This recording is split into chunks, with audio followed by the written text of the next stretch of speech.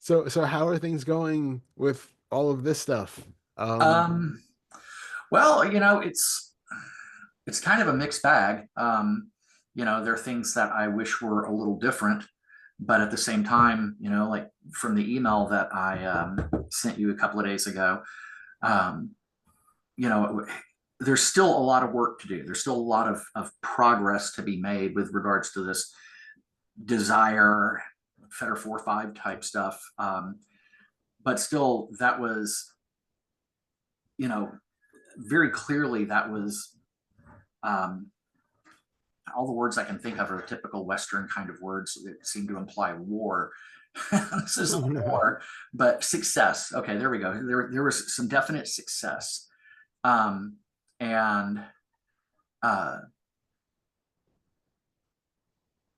okay, so being able to see that it's just a thought, it's not requiring I do anything, it's not demanding I do anything, there's not any action inherently built into the thought. It's not a case of that thought inarguably means you have to do this. Yeah, So I got that. But amazing. it's funny how it can first be one thing, and Hmm. I should follow that and say I hadn't had. It sounds so silly when you say it out loud, but I hadn't had any donuts for 3 days, Yeah, And then this yeah. morning, the urge kind of hit me, and or what appears to be an urge kind of hit, Hmm. and kind of batted it back and forth. And it wasn't really a war; it was just really a case of, is this what you want to do? And the decision came down to, and this may just be the mind trying to be the con artist that it is, but it came down to a case of, well, let's have one or two and then see what happens tomorrow. And worst case scenario, you've got an opportunity to practice. So I bought two, I finished one, Uh-huh. and I just didn't have any urge for the second one you know, Amazing. and Yeah. and there wasn't any pull to it at all. In fact, it was kind of the opposite. Kind of Yeah. made me think about what you said about how you have just a little bit of something and your taste buds kind of go, "Ugh," Yeah. you Yeah. know. And so I just like, yeah, the second one's in a bag and hasn't been touched yet, and That's I awesome. don't know that I will touch it. I don't know really. I mean, there's not any urge for it. My mind hasn't been going back to it. Yeah. So having said that, that being the state of affairs with regard to that particular item, what I have noticed is that, okay, so caffeine is next, right? Yep. Caffeine, coffee, mainly coffee, but we could say caffeine because, other things might pop up from time to time that have caffeine in it. But um, that one has something more to it. Um, it the appearance is that being tired, which is, and this ties right back into Fetter 4 and 5, the sensation of being tired is something that there's some aversion to. Hmm. So that provokes the, or to use Pernilla's word, activates the desire for coffee in order to uh, get rid of that feeling, at least temporarily. Yeah. And so it seems like there's a little bit more pieces working in that one than there is the other one or some of the other things. Because I've been doing it with other things too. Like this morning, I had uh, uh, I took some over the counter medication, and it got stuck in my mouth, Oh, and it just tasted like dog butt. yeah. It was Yeah. just freaking awful. And Yeah.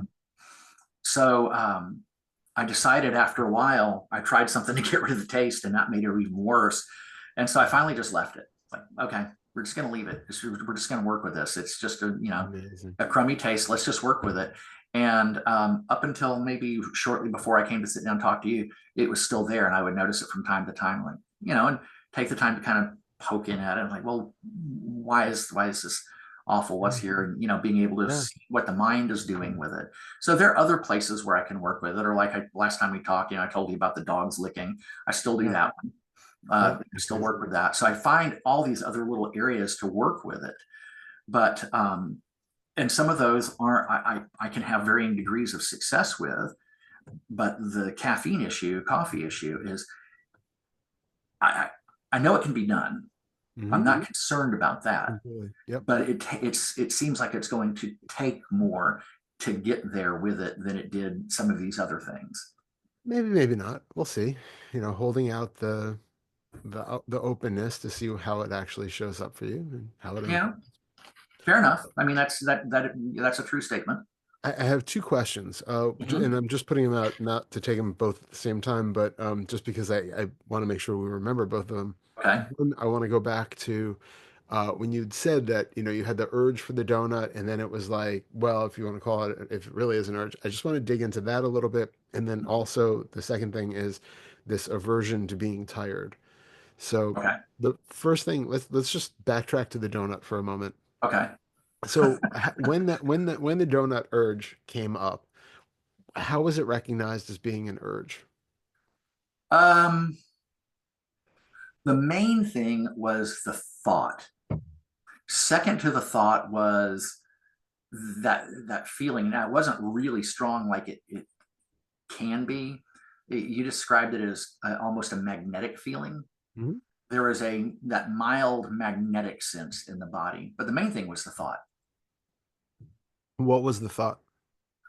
I can't tell you the exact words, but the basic gist of it was, why not have a donut? And is it actually audible in your head? Are they spoken thoughts?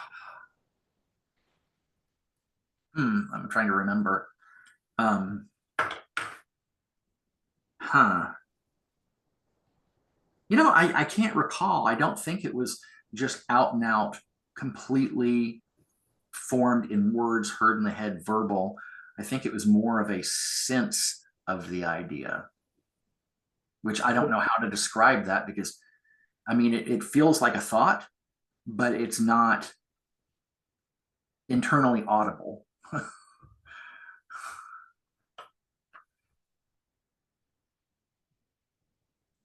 Man. I would say, okay, if that can happen spontaneously, can you Mhm. do it now? Can you have that thought implying the why not have a donut without it being completely audible or pictorial? No, I was just, I was just about to say that because trying to recall earlier, I can't say for certain because I can't recall the moment, Hmm. but it feels like there was also a mental picture that accompanied it. Yeah. Yeah. And that's what I'm getting at is that, of course, everybody's brain works differently. So I can't say definitively that this isn't the case. But generally speaking, we only have those five senses to, Mhm. you know, exist through. So most likely what we are experiencing as that kind of is not quite verbalized, kind of an idea about something. Oftentimes there's a vague mental image component to it where we're actually Mhm. seeing the thing or seeing ourselves doing the thing.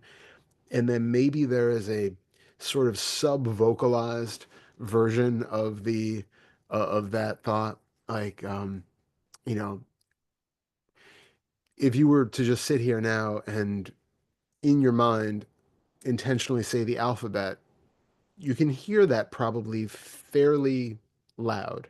It's Mhm. like there's a clarity to that because all the mental processing is kind of doing this task. It's maybe even picturing the letters, like all of it is there. If it's something where you're doing a task and you're engaged with something, and then all of a sudden you have this kind of idea of a donut that pops up for some reason, that might not be getting enough attention to recognize it in the same way or to hear it the same way. Okay. So you're not getting that full Darrell voice in there saying, "Hey, buddy, I think you deserved a donut. Let's go get a donut." That's not completely audible, and so you can get like a little bit of an image of it, maybe, or a little bit of that kind of implied voice without it being as audible. And if we're not really paying attention, it just sounds like one of those urges from the ether. It's Mhm. just that I don't know, God's talking to me. Tell me I need a donut. Guess I'm gonna go do that. So, but but that's just our clue that okay, well, hold on a second. Let's let's backtrack. All right, as soon as I get what I think is an urge for something, let's tune into what is really here in the internal mental world that Okay. really seems to be creating that sense of an urge or that sense of a desire or that sense of um, it's even a donut that is calling my attention and not a handkerchief. Like how is it that you know that you're getting an idea to have a donut and not any other food that's in the kitchen or someplace else? Yeah, and I think that's where the mental picture comes into play. Yeah, yeah. So So that's your clue to like, okay, let's tune back into that again. So what has really happened is you're doing something, and do you remember what you were doing when the urge came? yeah, I was already on the road to go by the convenience store where I get coffee in the morning. Okay. So you have this kind of association, right? Oh yeah. Like every time we're in certain situations, you can have these associated memories, even if it's something that's not that you want it. It's just something where like I'm in a similar situation and the mind pops up a memory or some, I don't know. Remember, there are times where like I'll drive past someplace and I'll remember driving through there listening to a particular song 10 years before or something. And it's not that like I have to listen to that song now. It's just like a spontaneous memory of being like, I remember driving past this place and Yeah. hearing this song at the same time. Yeah. It's the other association that we make though of like, oh, that means I need to listen to this song right now. No, no, no. Just because you remembered a donut doesn't mean you have to have a donut. Right. It's that kind of a thing. So there's another level being added on top of it. Well, and I should say before it gets lost that in this case, there was not, it's not like it has been every time Yeah. before for as long as it's ever gone on. Yeah. It didn't feel like I have to do it. It really Amazing. felt like there was, I know this isn't really the case, but it's how we perceive it. Yeah. It, it seemed to have a degree of choice. Yeah. You Yep. know, there was, the paths diverged. You could go one way or the other, and there was a sense of that. Amazing. Yeah, that's exactly what we're going for is having that openness where it's not a fait accompli that like as soon as I have an idea, I'm just going to fulfill it. Right. You're There not is condemned that to it. moment of space of like, oh, hold on. There's like an openness here where it could either be a donut or it could not be a donut, and that isn't implicit in just that initial thought about one. So really, really good. And there wasn't that. And you had said something about this about how with 4 and 5 there can be that moment of insight like there is with seeing through the self. That Mhm. hasn't happened yet. In Mhm. this case, all that really happened was a very just very calmly, very quietly, no sense of aha, nothing of that sort. They're just in one moment when thinking it over, um, there was a sense of it really is just a thought. In fact, what came to mind was how you put it in one of the recent conversations. You said it's just as thin as a thought, and that phrase came to mind. I thought he's right. It is just as thin as a thought. That really is a Mhm. good way to describe it, and could see that it truly was just mental activity that creates words and idea, and there's nothing else in it at all. You know, Exactly. wow, so it really is just a thought. Cool. You know, I realized that that was a moment Yeah. where now Yeah. we've crossed the threshold. We've gone from, you know, Beautiful. not being able to get out from underneath these thoughts to, well, now there's, you know, there are other options available. Yeah. Absolutely. So that is perfect. You don't get hung up on the whole open windows, air blowing through feeling of like, oh my God, may happen, may not. What you experienced is exactly what we're pointing to, though. That Okay. real recognition of, oh, like what I have been taking to be a big, solid, real thing, desire, craving, an urge, whatever, is literally just that thin bubble of a thought. And there's, as you just perfectly put it, there's nothing else to it, nothing more to it. So spot on. And let that just keep, the more instances of that being felt and the more that just integrates and becomes like, of course, you just start seeing that all throughout the day, Mm, incident by incident.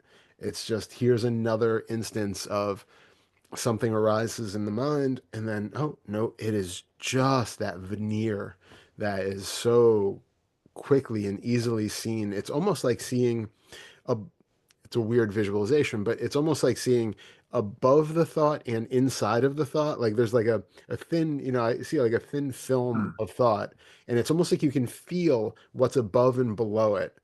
That it's not like if I have a thought about a donut, the donut's not real, the getting isn't real, the body needing it isn't real. It in my weirdly maybe even synesthetic approximation of it, it really feels like it is just seen slash felt as like this very, very thin bubble of an idea of something where you can feel the emptiness or the openness beneath it, and you can feel the emptiness and openness above it or around it. And it is just this thin line of idea which has no connection to anything. It is literally just encased in this empty openness where nothing needs to happen around because of it.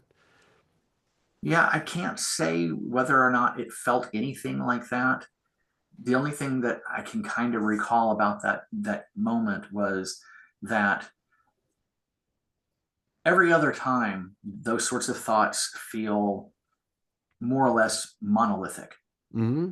And in this case, it didn't feel monolithic. It just seemed like a thought. It was almost like um, I can't think of a good example, but you see in cartoons and maybe certain movies where or TV shows where um, somebody is before they were seen to be like maybe just making something up, like the neighborhood bully.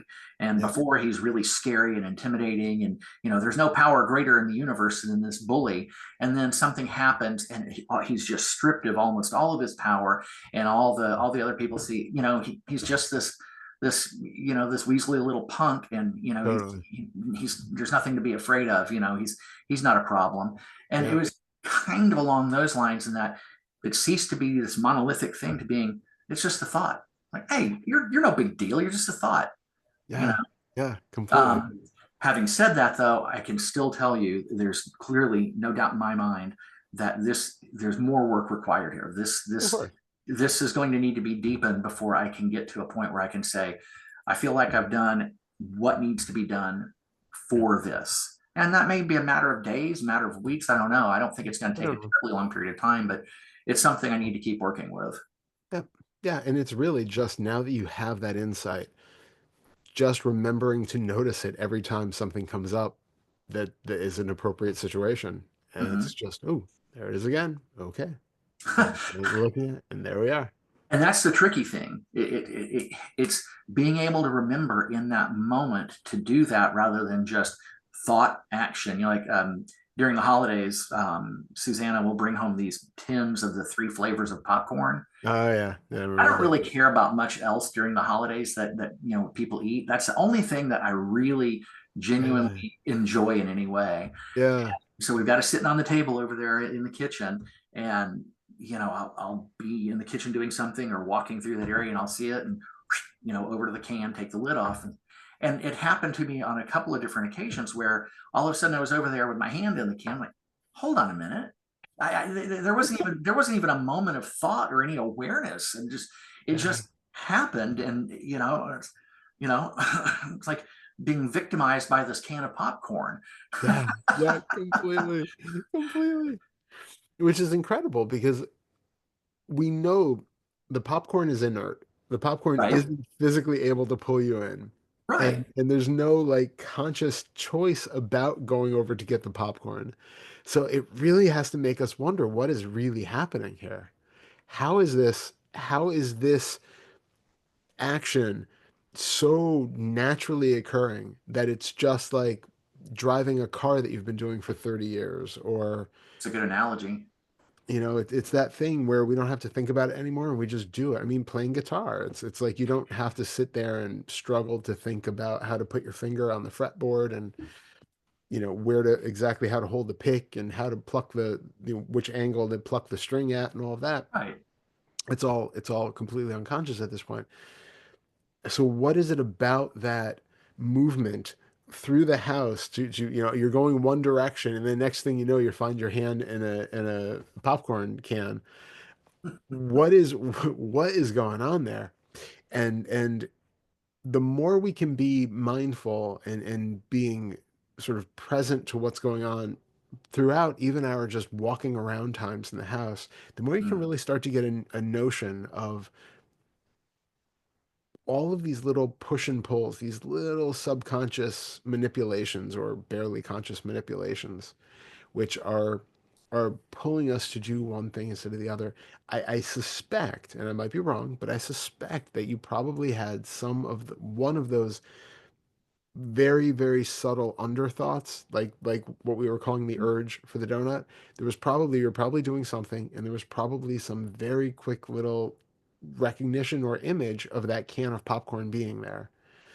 And right. that sort of sets up that immediate um, that mechanical program of going and opening up the can and putting the hand in the popcorn and putting some in the mouth. And so it's slowing all of that down as we're interacting in the world, just in general, to really be aware. It's like in where was it? It was so many years ago that I heard that. Um, I'm trying to think. It was a thing. It was a Zen thing, but it was about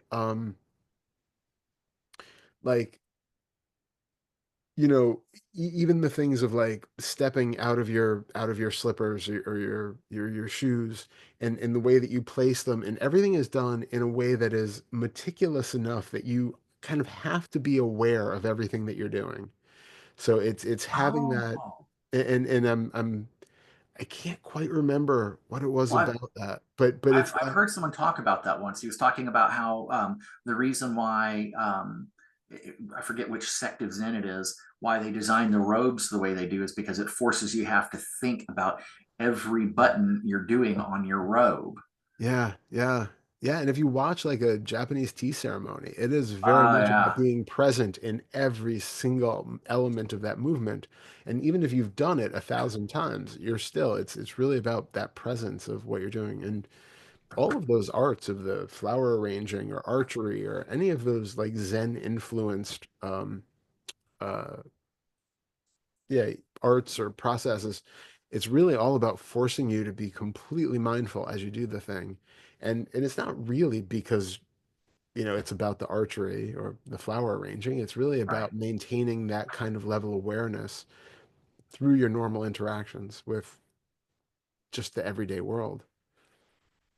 right. Um, and it's very hard to be pulled into those unconscious cycles of opening up a can of popcorn if you're really moving with mindfulness and presence. Huh.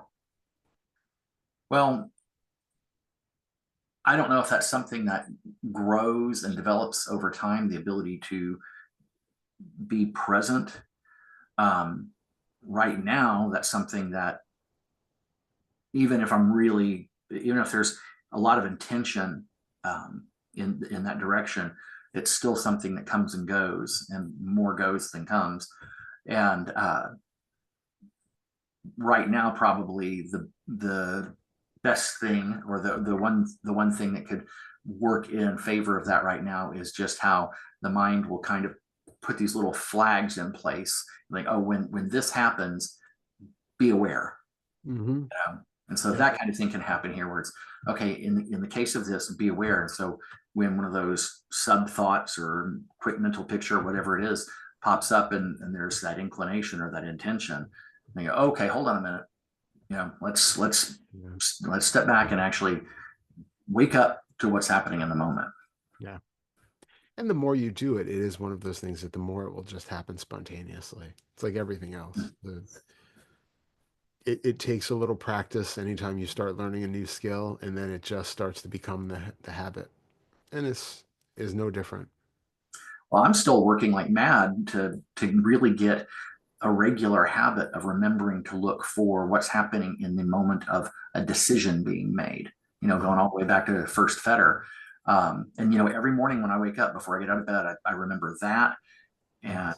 feeling into since the primary sensation in the body. Those are the two things I'm going to do today. Well, actually, I've added a third thing to that now. The third thing is when the urge, impulse, desire for something comes up to pay attention, and kind of ties into the second one, to pay attention to what's happening in the body and recognize that, you know, um, Yep. it's not, it, that doesn't mean that you have to do that to kind of wake up to that. So those three things, but I still really work at that first one. And some days it's better than others. Some days I might remember to do it a couple of times. On a good day, I might remember to Yeah. do it, I don't know, 10, 15, maybe if I'm really lucky, 20, you It's know. really, really good, actually. Well, the thing is the really good days are, that might happen twice a week. Sure, but still, that's quite impressive. So, Oh, okay. I still, didn't yeah, know. yeah. So it's, Well done, man. and I guess if I'm working on that, that can kind of reinforce the idea of being more awake in the moment for other things too. Yeah, So, yeah. um, oh, go ahead. No, I was gonna say, Wasn't there a second question? there is actually, yeah. It was about the second topic that we wanted to go into was Oh, the the feeling of being tired. actually perfect segue because that was actually something I was gonna sort of say. Um, Another thing to be aware of, let's just pile on, as well. It's not just the I don't want um excuse me, it's not just that I want, like, when that comes up, when you have the craving for something, and then all of a sudden that's your trigger to remember. It's also all of those resistances to feeling a certain way, all of the little I don't want this. And Hmm. those can be super, super powerful for recognizing because we have countless of those every day. You Right, might only right. notice that you want something five, maybe 10 times a day, right? Maybe at best.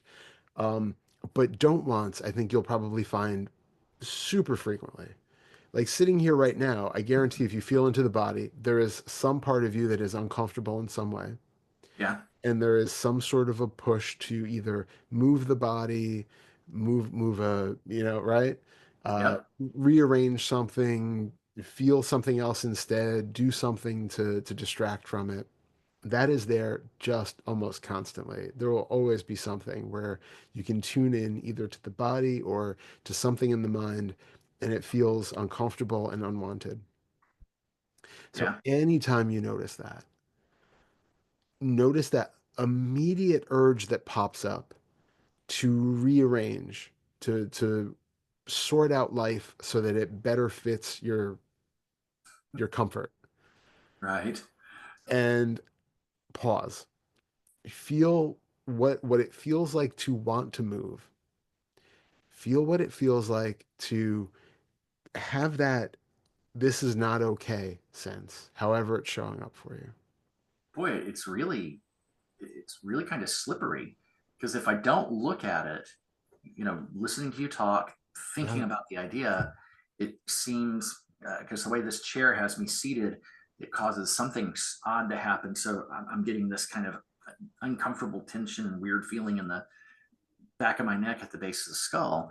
But when I go to pay attention to it directly and specifically, it, what's there? I mean, there's the physical sensation, but I can't get a fix on an urge to try to make it go away or to do something to ease it up. I mean, like when you look for it, it steps out of view. Yeah. Yeah. And exactly that. So we take that initial borderline awareness of the fact that a discomfort is there. And Mhm. there's this immediate layering on of okay, well, I don't want this. This is pain. This is discomfort. And then there's something that we take to be that urge to move. And if we do, take a couple minutes to just sit perfectly still with any discomfort, you might start to notice that a pressure arises or something else happens in the body that seems to be pushing you to move or to change. But notice that even that pressure, if it does arise, is itself just another heightening sensation. Another heightening sensation. Yeah, it's something else somewhere in the body that oftentimes if we have something that's like, we um, perceive as being really painful or uncomfortable, and if we Mm-hmm. sit with it, we might notice there's this kind of buzzing, vibrating, almost anxious kind of energy that starts fluttering in the body. And the more we kind of resist doing the thing, if we just pay attention to that fluttering, rising sensation, that might start heightening. It might start increasing and getting more Okay. intense. But notice that that too is just sensation. And can you be with both of those? Right? Hmm. It's not that one of them is the problem and the other is fixing the problem. They're both just points of sensation or patterns of sensation. So Hmm. notice if you have any thoughts or anything else that's coming in that's trying to make it so that this is not okay the way it is. I need it to be different. And if there's any sort of a mental self-talk or anything scaring you into moving or however it might be, It's funny because it's self-talk, but it's not clear and distinct. It sounds like in the mind. interesting. It sounds kind of like truly. It's kind of it's that's the way it struck me just now, like kind of a mental mumbling. And how do we know it's related to this? Hold on a minute. How do we know that that is related to the sensations, the physical sensations? Yeah, if it's just a mumbling, how do we know it's not just mumbling that's there all the Oh, time it's without total nothing at all? assumption. It's total assumption. I mean, that's easy to see since it just happened. That Yeah, that showed up, and the assumption was it had to do with that. So it's truly just mind created. yeah. So coming back to the sensation, we see that urge that I can't be with this, the more we are just with the raw sensation of it, those different layers of this isn't okay, this is unbearable, all that stuff will probably start to fall away because whatever's here usually is not that Is not what. unbearable or Okay. really overwhelming. Usually, these little discomforts that we have throughout our day, which are enough to propel us into constant distraction, are Mhm. usually not all that bad. Well, that's something I've noticed for a little while now in feeling into sensations in the body is that again and again and again, there's something that shows up, whether it's an emotion, feeling, physical sensation, that just seems like it's, you know, wow, that's really unpleasant. I really don't want that. And not necessarily verbally said that way, but that's the sense. That's the kind of the internal feeling. It's kind of a just kind of an internal no. Yeah, Um, and that when the attention gets turned directly onto these things, you put the spotlight on. It's like, where is it? Yeah, God, that seemed huge, and now I'm looking for it, and it's, you know, it's like it's like Oz behind the curtain. It's just this little guy. completely, completely. And I think too, the more we recognize that, when we have those sensations, if we are actually even aware that we're having them, they feel like they are kind of everywhere, that they are us, that there's some sort of identification with it when we're not aware of it. It's kind of a Hmm. naturally occurring immediate um, identification that it's my headache, it's my pain in Yeah, the arm. And the difference is once we start to notice it, it puts a bit of distance between the noticing of it and the thing itself. I see. Now it's no longer my headache. It's just this strange sensation appearing someplace in space. And like we talk about all the time, you start to become aware that you have all of this other spaciousness that is just as much you, if we want to use that word, as that little sensation that we were calling my headache. And the more you can focus on this kind of impersonal open space that is around it, the less important and the less dire and problematic these little sensations are. Hmm. And that's what helps us be equanimous with whatever's going on, because it's not about the huge totality of our experience of having a headache that is everything anymore. Now it's just, oh, okay, well, I can see some sensation there. And there's all this other stuff too. That's not that. There's all this other space or emptiness around everything. Just like I was kind of my weird um, quasi synesthetic version of the thought bubble where you have like the spaciousness around it and above it and Mhm. inside of it and all of that. It's very similar with all of these sensations. And so that idea, like what you recognized with the not needing to do anything about having to get a donut just because an image of a donut shows up and you hear a vague voice saying, "Yeah, let's go get a donut." Um, that is just as thin of a thought. These sensations have just as much insubstantiality. Hmm. Sensations are no more real or dense or in need of that kind of consideration as any other thought. Now, I do say that with a caveat that, you know, there are medical considerations that, obviously, if you have a broken limb or you're having a heart attack or something Right. really needs medical intervention, don't just kind of bypass it away with, well, I can also bear it and it's okay. And I can be all this other space that isn't a heart that is shutting down. Um, Definitely also please call the 911 and, Yeah. call an ambulance, get attention. Um, but it's the ability to not immediately be reactive to every little thing that feels uncomfortable in our daily life. Yeah. I see. Hmm. And there's such freedom to that because you really get that feeling of, I don't need to do anything to fix any given situation. Well, let's take the very thing that prompted this, the sensation of being tired.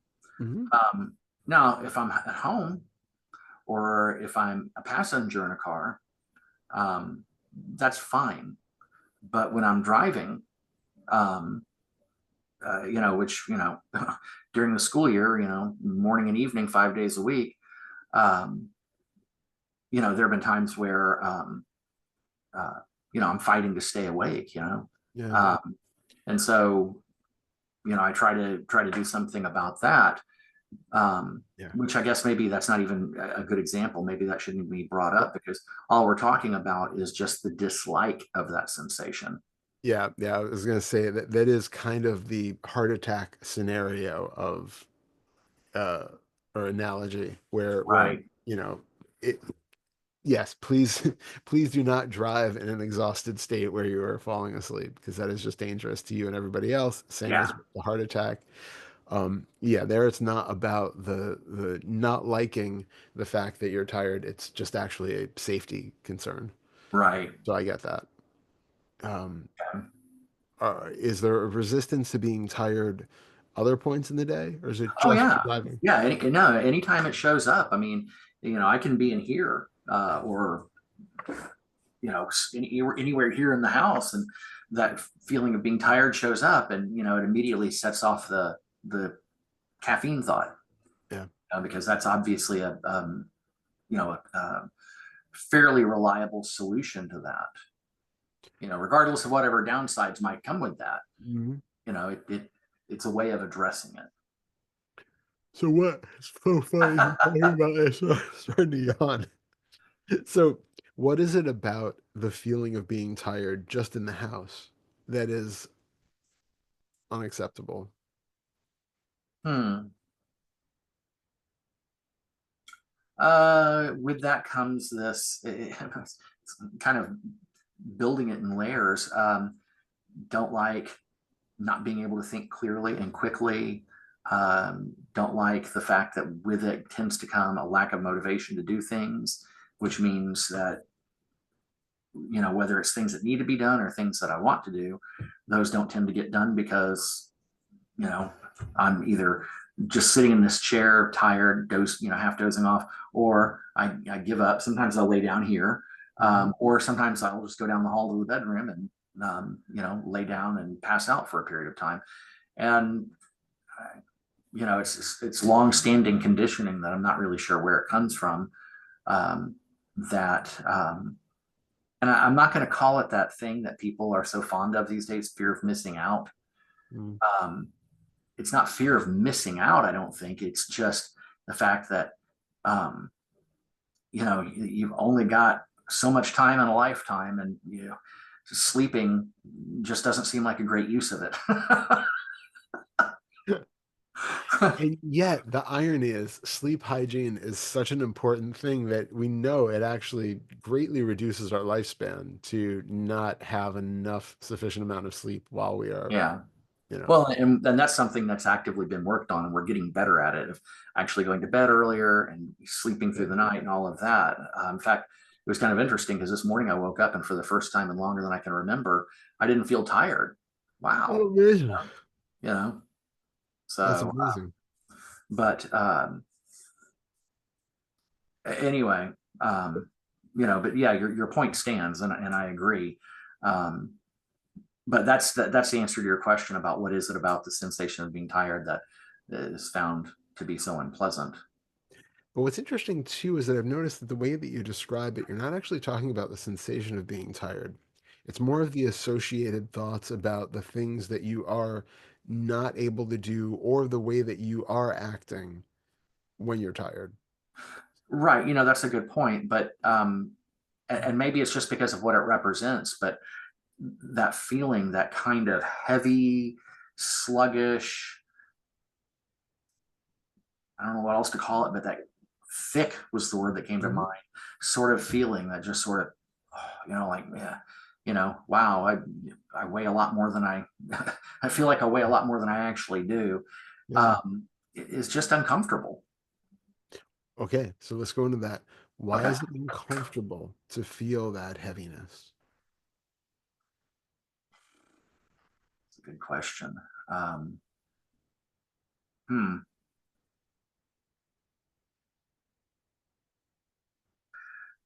I guess, and this may not be much of an answer, but I guess it's because there's a preference for feeling lighter, clearer, more energized, active, awake, alive. Mhm. Okay. So again, from the opposite side, there's a preference for being feeling light, awake, alive. Mhm. But why? What is really wrong? What is it that Hmm. it feels uncomfortable? Is it that, we Hmm. know you have all the associated thoughts about the problems of being sluggish and heavy. Does it remind you of something in particular? Huh.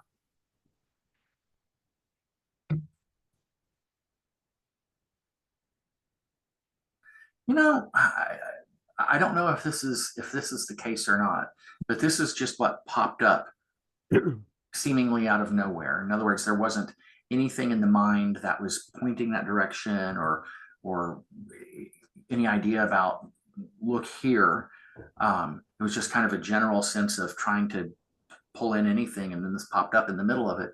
Was how much I hated getting up early in the morning when I was a kid. I mean, I Okay. couldn't stand it. Having to get up to go to school and get up at six Yeah. thirty, 7 in the morning. It was just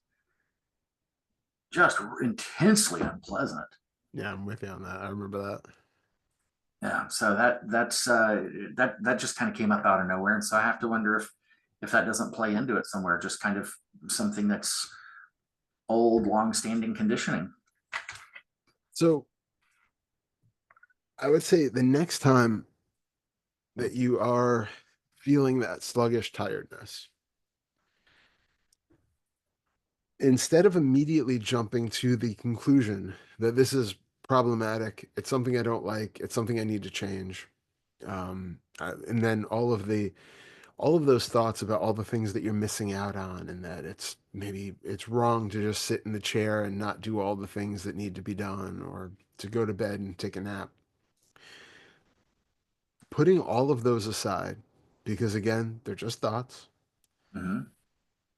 come into the body and feel what is really here when you are feeling that sluggish tiredness. Can you be with it as though it's just another state of being?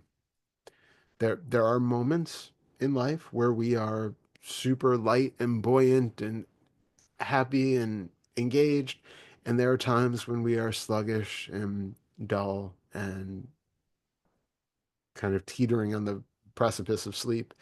And there are times when we are sick and feel terrible, and there are times that we feel healthy and feel great. But it's it's a biological inevitability that we will go through different stages of being, moment to moment throughout the day. It's all about finding that equanimity with any of them. Just recognizing, okay, this is what's here right now. The body is sluggish, the body needs rest. Can I not impose my will on it to say that it shouldn't be this way? The body should be perky. I deem that the body has had enough sleep for 24 hours, that it should be able to live and thrive and be perfectly rested and bright eyed and bushy tailed because I deem that it should be this way. Or can we just have that openness of like, yeah, okay, well, this is how the body is.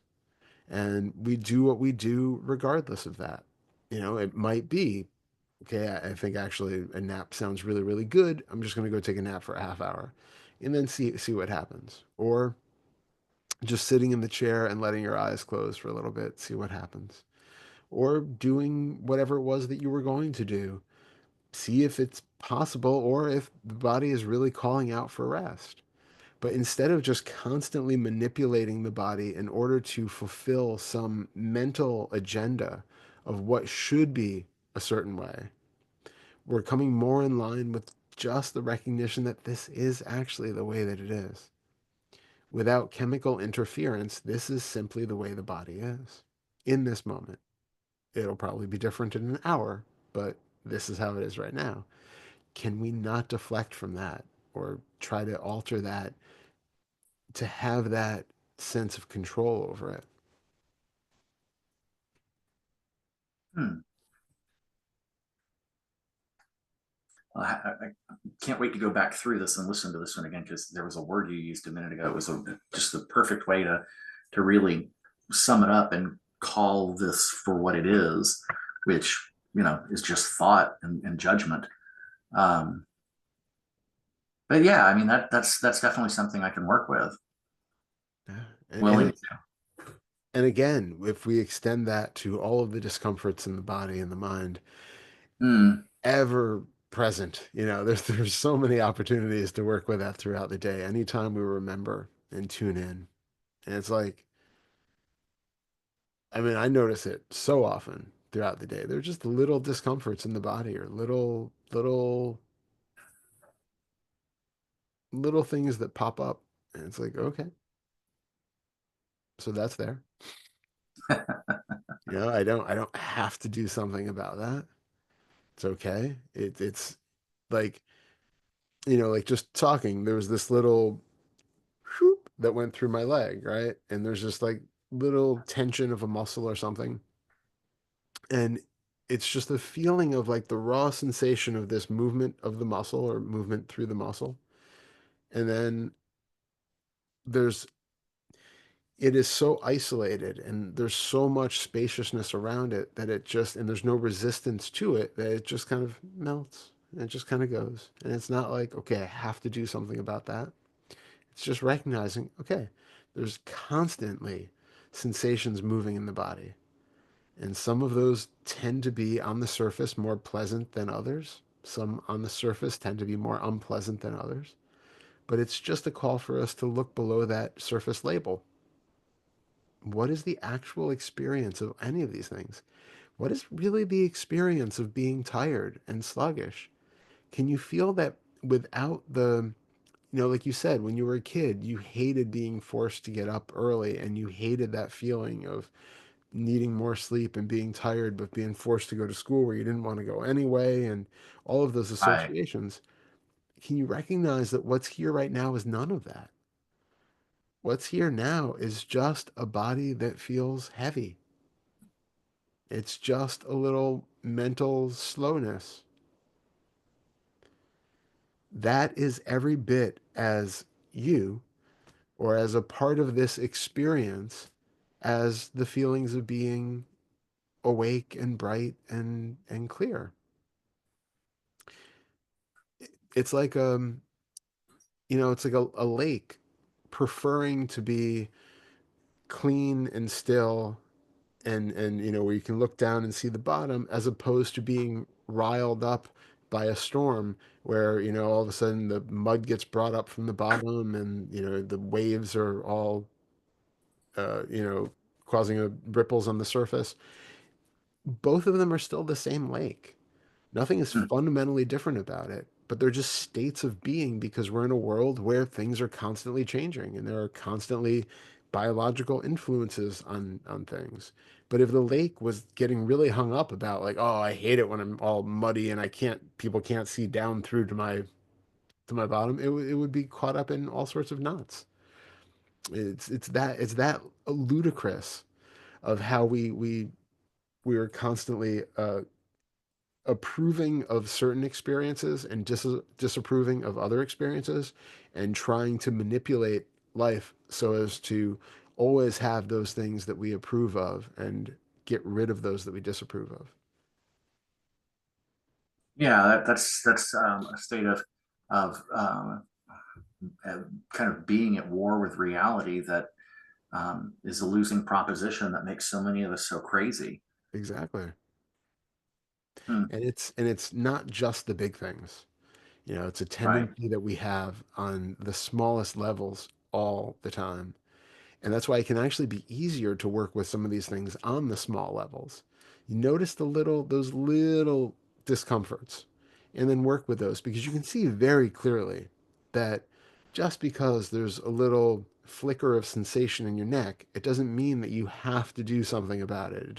It's not it's not a broken leg that's calling out for mending.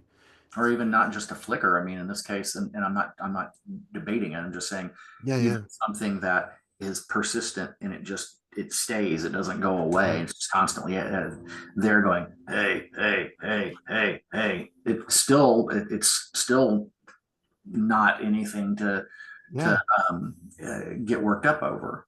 exactly. And then that starts to become the kind of go-to insight.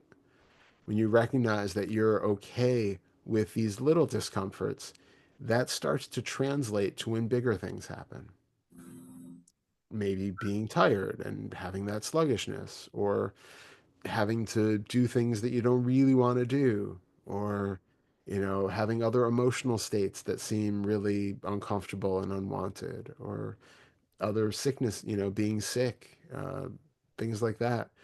You can start to expand this to those larger, more full body or emotional experiences, and you can have that same sense of openness and equanimity with it.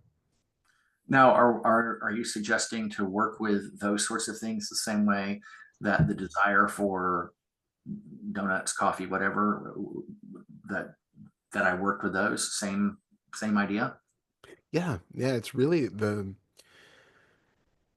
because desire and aversion are both sides of two sides of the same coin. It's Hmm. always I want something that I don't have, or I don't want what I do have because I want something else. They're Right. inherently in there, and they're both always only a thought thick. It's only a thought that's setting up that discrepancy between what is here and what could be here, and that this isn't okay because I can imagine there being something else which would be better, or Hmm. this isn't okay because I can imagine something that's here going away that I would like to have gone. I can imagine it, so I can feel what that would be like. So that has to happen or else I'm just going to be miserable. It's only a thought that sets any of this up. What is really here is what is here. That is all we can say about any given experience. Hmm. Can't even really say that. If we're really being the most accurate about it, it's more like what the experience of any given moment is the experience of any given moment. It's not even here the way that we think it is. One moment. Yep. Oh, okay. I thought she Everything found okay? something she wanted to eat that she shouldn't be eating. So, Oh, but yes. apparently not. I'm not sure what that was about. Okay, good. Anyway, But yeah, so yeah. So it's not even about really that there is like this absolute reality of something that's here. It's all our perception. But we can just say that the experience of everything is the experience of everything in that given moment. say that last part again about it being every given moment. Yeah. So all we can say about any given moment and the way that things are, let me rephrase it. It's because things are never, the way that we experience something is not necessarily the way that something is. It's always, always, always our interpretation of it. Right. So all we can ever say about something is that the experience of it is what is currently being experienced. I can't say that my experience of this argument that we're having is the reality of the argument. It's my interpretation of the argument. It's my interpretation that there's even an argument happening. It's my interpretation of what I think I'm saying and what I think you're saying and what you think I'm saying and what I don't think I'm saying. And all of that is an interpretation whether my uh what how I am interpreting your body language and all of that is my interpretation. It has nothing to do with you. How I'm interpreting sensations in my body as being pain, that is my interpretation. It's not a real thing that pain exists. It's an interpretation of sensations that are appearing in some mutating form somewhere in space. So at any given moment, all I can really say is that an experience is happening the way the experience is happening. We could be watching the same sunset. Your experience of the sunset is different from my experience of the sunset. Right. I can't even say that we are both experiencing a sunset because I have no idea what you're experiencing. I'm only experiencing my interpretation of this particular event, and that is the extent of it. And even to say that it's a sunset, I mean, we know the sun literally isn't going down under the, horizon of the earth. Like even our perception of that is actually faulty based on some external Yeah. viewpoint that we've learned. So it's like there is really nothing that we can hold on to and say that it is absolutely the way that I experience it is true in some fashion. It is Hmm. always a personal interpretation of the experience. Right. So all I can say is that an experience is happening. And then the question is there resistance to that particular experience showing up in the way that it is? Okay. Because again, it's not a universally experienceable sunset in exactly the same way. But the question is there resistance to my experience of what I'm calling a sunset? Is there, you can't feel the pain in my head right now. So the only one that can experience that pain is me. The question is then, is my interpretation of that pain correct? And do I need to be at odds with it? Do I need to question or try to change the experience of that given moment? Or can there be an equanimity with the fact that this is the way that the experience is being experienced now? Okay. And boy, I wish I could think of a, well, I can do that later. I'll go back through and listen to this and I can summarize that for myself. But so what you were just saying, again, we work with it the same way we work with um, the thought for eating something or drinking something that we would rather not have. Mm-hmm. It's that this is just a thought. It doesn't actually have any inherent meaning or um, uh, action that is required, etc. No, Okay. there's no connection to the external reality of a donut or caffeine or anything else, Or a pain in your leg. or a pain in your leg. It is an interpretation of an experience in any given moment. And does that thought interpretation have to translate into some form of action? I see. Okay. So yeah, so that we're working with the thought because that's the level at which things are becoming a problem or not a problem, Mhm. whatever the interpretation is. Okay.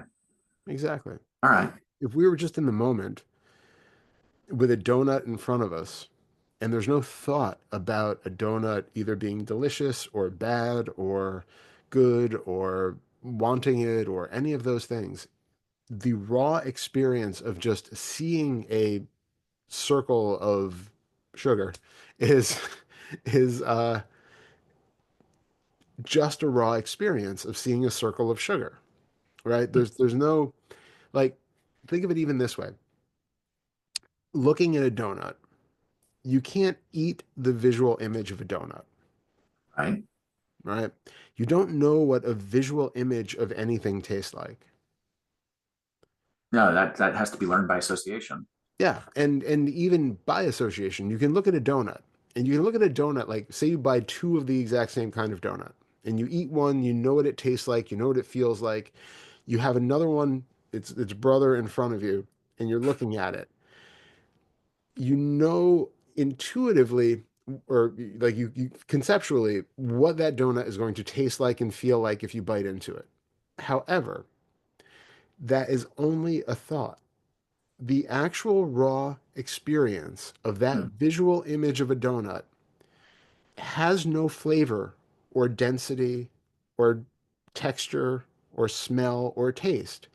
It is Hmm. just a visual experience of a color in a Hmm. certain shape. Wow. Connecting things that really aren't connected. Exactly. So there's an idea that if you reach out and touch that thing which is casting an image of color and shape that we are calling a donut, that it will have a certain feel to it. But that's an Right. assumption. That's still just a thought. And then that if you actually do it and you feel it, there's a connection that's happening between the feeling in the fingers, the sensation, and the Hmm. image of this thing we're calling a donut. And those two are being put together in a way that are in our direct experience, they actually are not. If you Putting were together to, things in our direct experience which really are not. yeah, in other words, if you close your eyes and you just held a donut, like for instance, you didn't even know it was there. You just hold your hand out, and I come up. I don't tell you what I'm going to put in there, and I just put something in your hand, Hmm.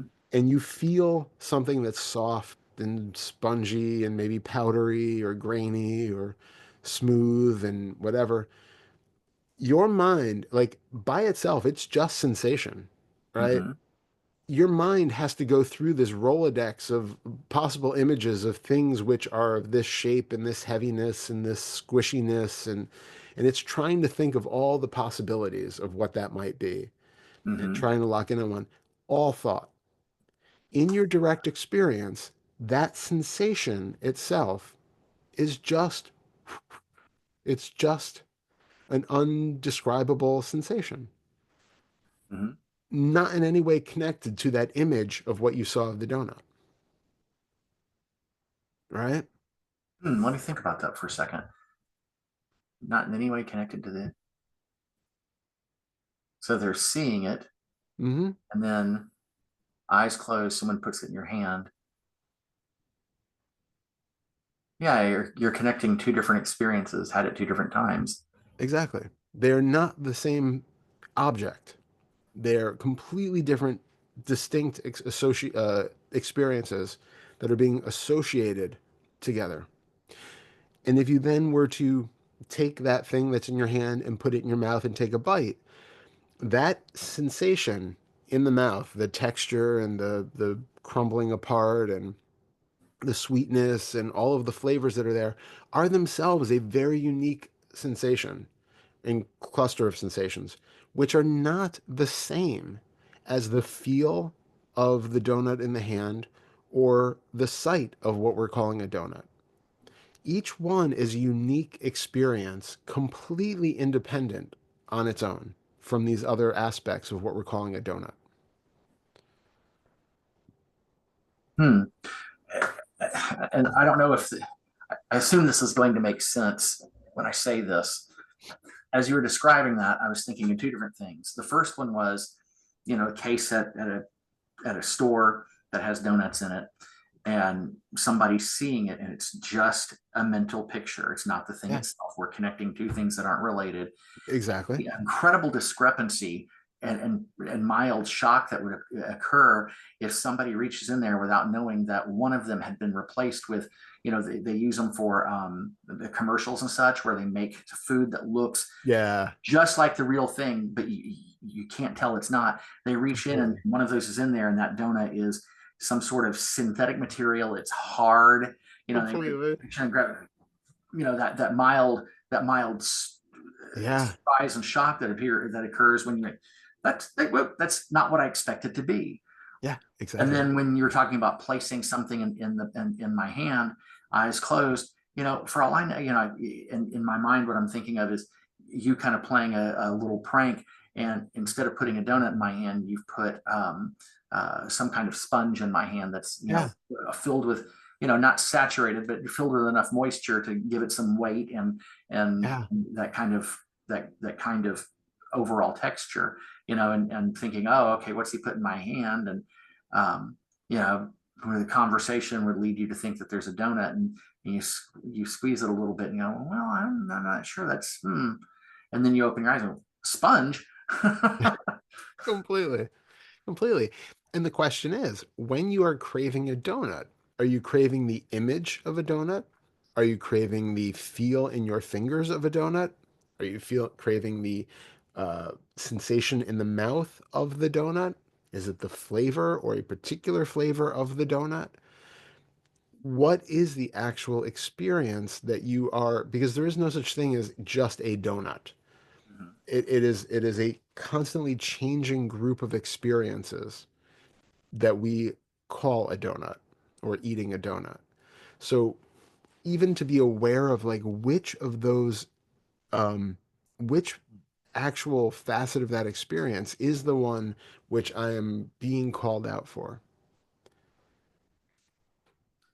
And it's typically seems like it's typically the mental picture that, there's a mental picture, and then with that mental picture come a number of different associations. So Hmm. ultimately, we would say that the desire for is the desire for that mental picture, as opposed to an actual desire for the, whatever it is, in quotes, Yeah. actual thing. Yeah. Because now, based on this conversation, there isn't an actual thing. There's the mental Exactly. picture, there are ideas that come along with it. There's the sensation in the mouth, of flavor as well as texture. And those are two separate things that are getting put together. Yep. They don't actually go together. Nope. That's how we've been conditioned to understand that experience. Yep. In fact, it seems like it would really be worthwhile to, for a period of time, when it comes to eating anything at all, no matter what it Yep. is, um, to pay attention to and try to separate out the taste, the texture, the mental picture, the smell, to try to, as much as possible, keep those things separate. Yep. That Absolutely. could be a real education. Absolutely. It's funny because I actually had, I think it was last year, it was a while ago, I made a guided eating meditation video on my channel. Uh-huh. It's called like "What's on the End of Your Fork" or something like that. I And vaguely recall that title. yeah, and it's funny because somebody did it and they wrote back that they can't eat eggs anymore because like when they when they tried it and then like being really, really aware of the sensations and the texture and everything that's going on in the process of eating, it just grossed them out to the point that it was like, okay, well, can't do that anymore.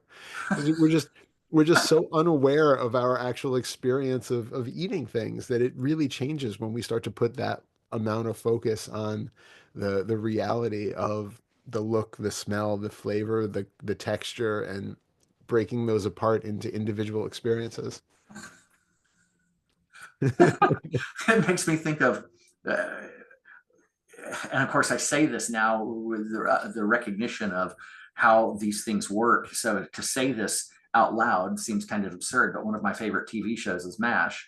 And there's Yeah. an episode where, Hawkeye was always smelling food.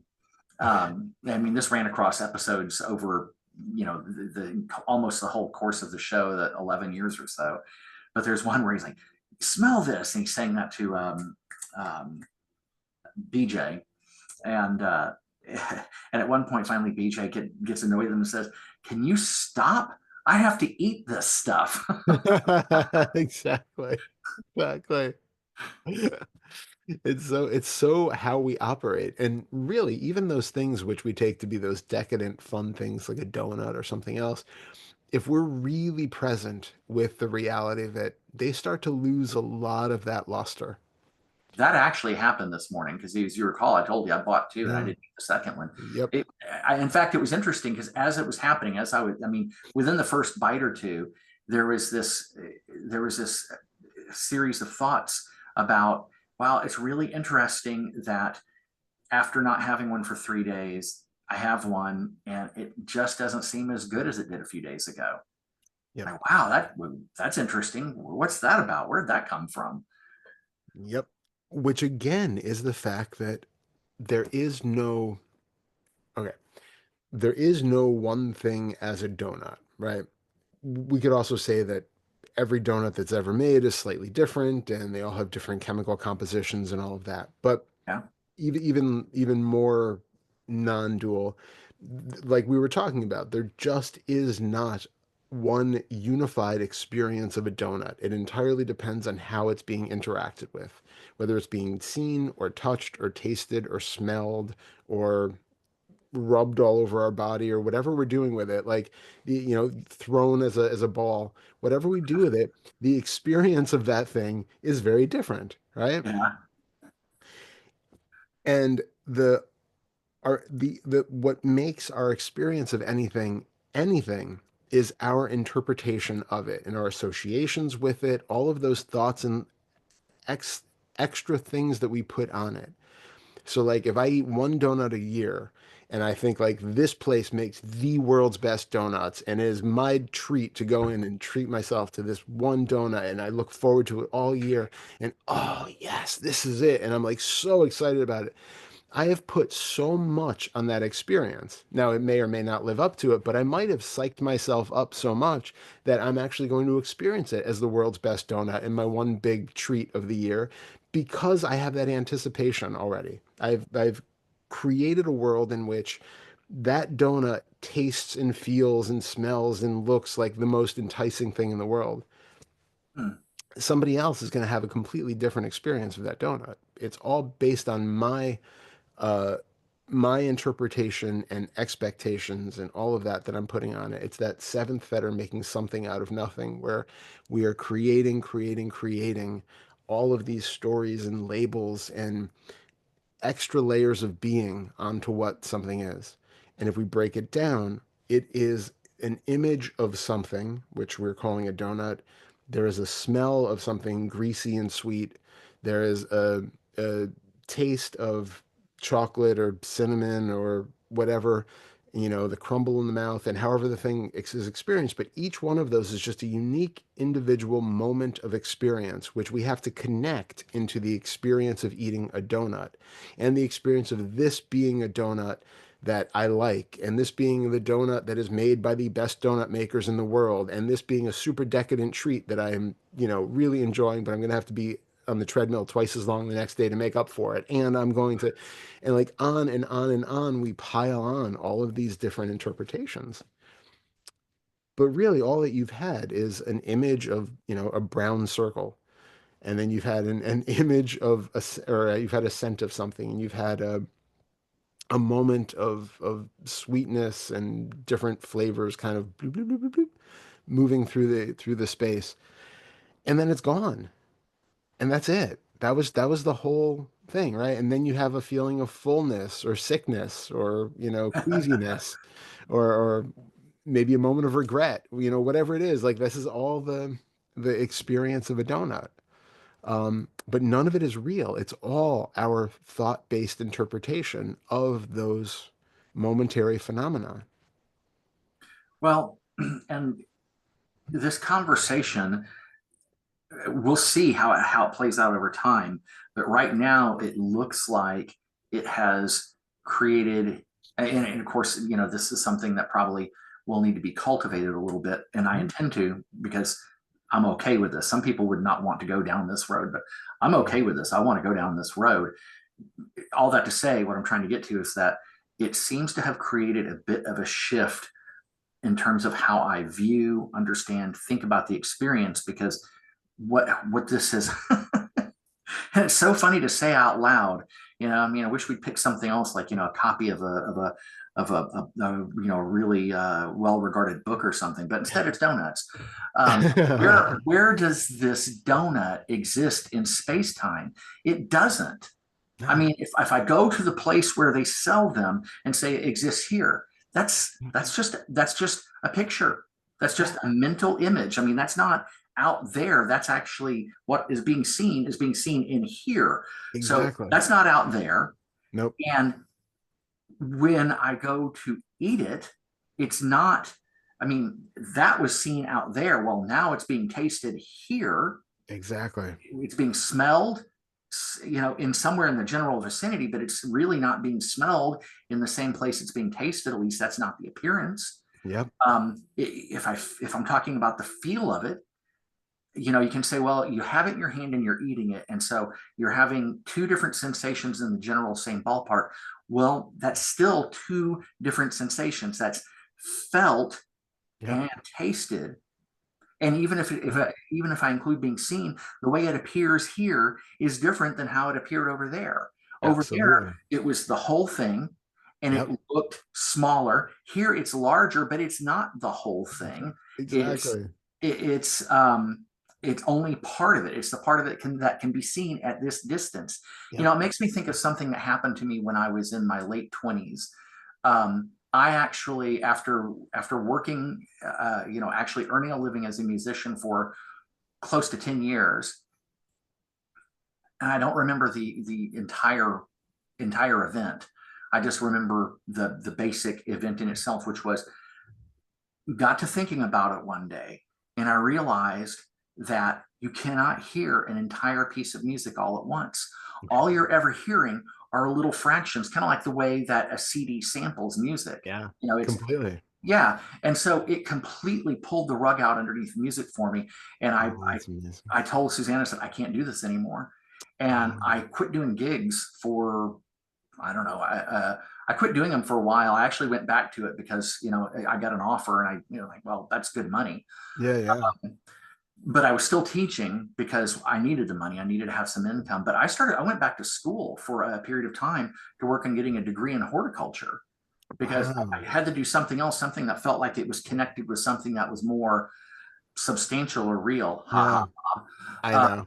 I know. The I mean, irony. that's how it was seen at the time, understood at the time, um, and it's the same kind of thing here. I mean, there's not, you can't hear an entire piece of music at once. That completely, that was sort of like being shown the illusionist trick Yeah. Yeah, of completely. the woman being sawed in half or the rabbit out of the whatever. Pick your Yep. favorite illusion, Yep. uh, and it's the same thing here. Where's the donut? It's nowhere.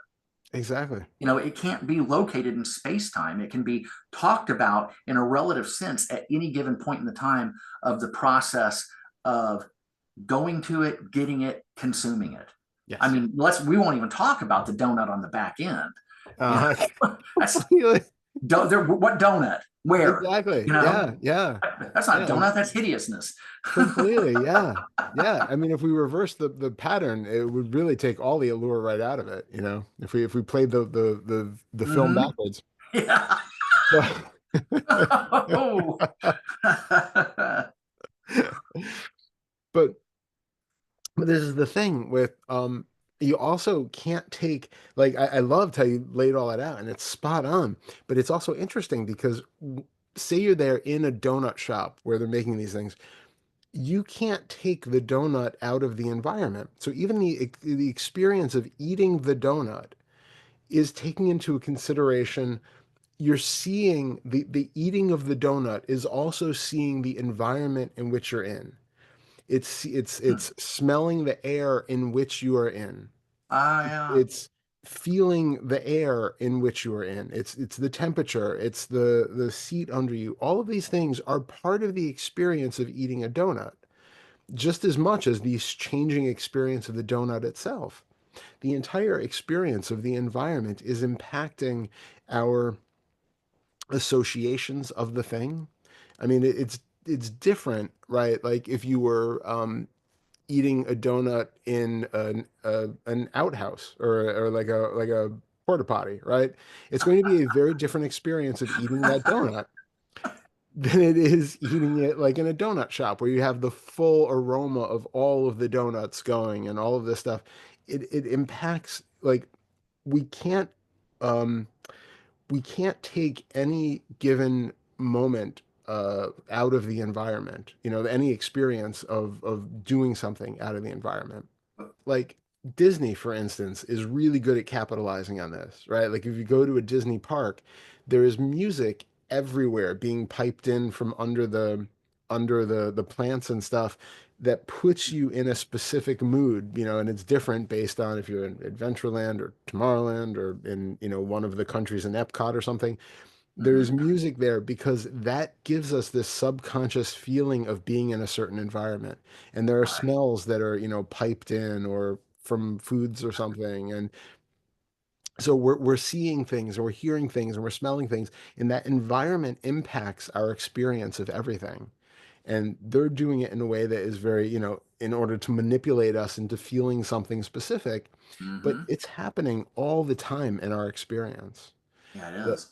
and it's relevant to notice that when we are not liking something or not wanting something in the situation, that might not even be the thing itself. Like oh god, think of a decent example here. Um, I don't know, say you go out to dinner and you get a plate of food or something and you are tasting it and you're a little bit, I don't know, I guess it's okay, but you might not notice that it's the music that you're hearing in the background is something you really hate and you're not like consciously completely aware of it, but it alters the experience of that moment enough that the food no longer tastes as good as it once did because it's not isolated from the totality of the experience, from the Yeah. environment and everything that you're in. I'm having to laugh because you're saying this, and I'm thinking of something that like this that happened a couple of weeks ago where Tuesday was eating, and I walked in from the backyard dealing with something with the dogs out there, and she asked me about it.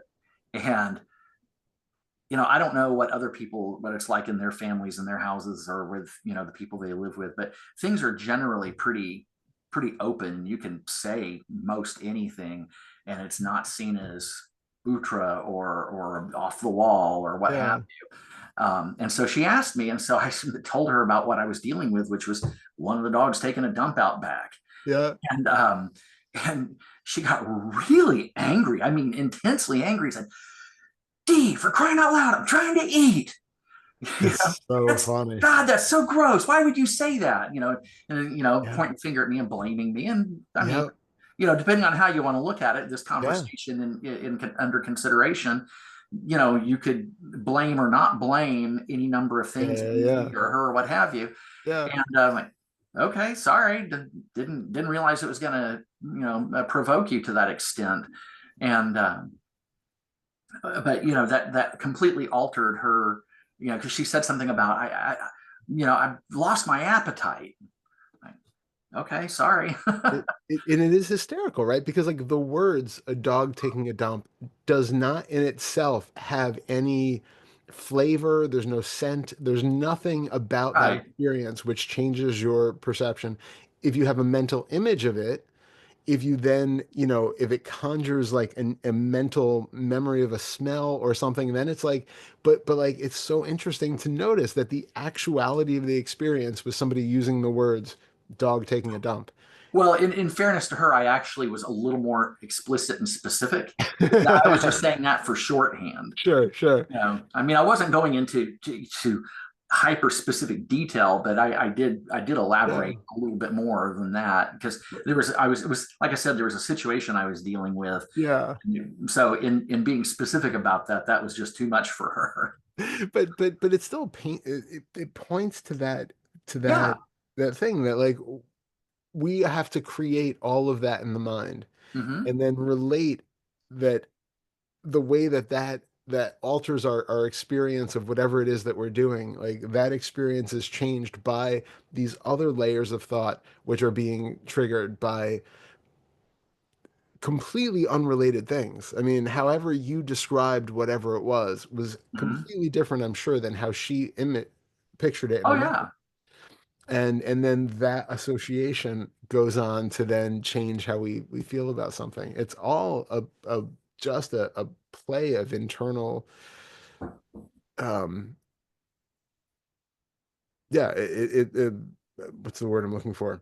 Like it's like an interrelating of just movies being made by kind of playing for each other. Like it's like you have the movies playing, you have the words going on and all of this stuff, and none of it is happening for anyone in particular, and all of them are kind of feeding back to create more and more images and impressions and experiences, none of which have like this central basis to them. There's no central experiencer in there. It's just a crazy pattern of experiences just flittering through one after another. And it's all interrelated to absolutely everything.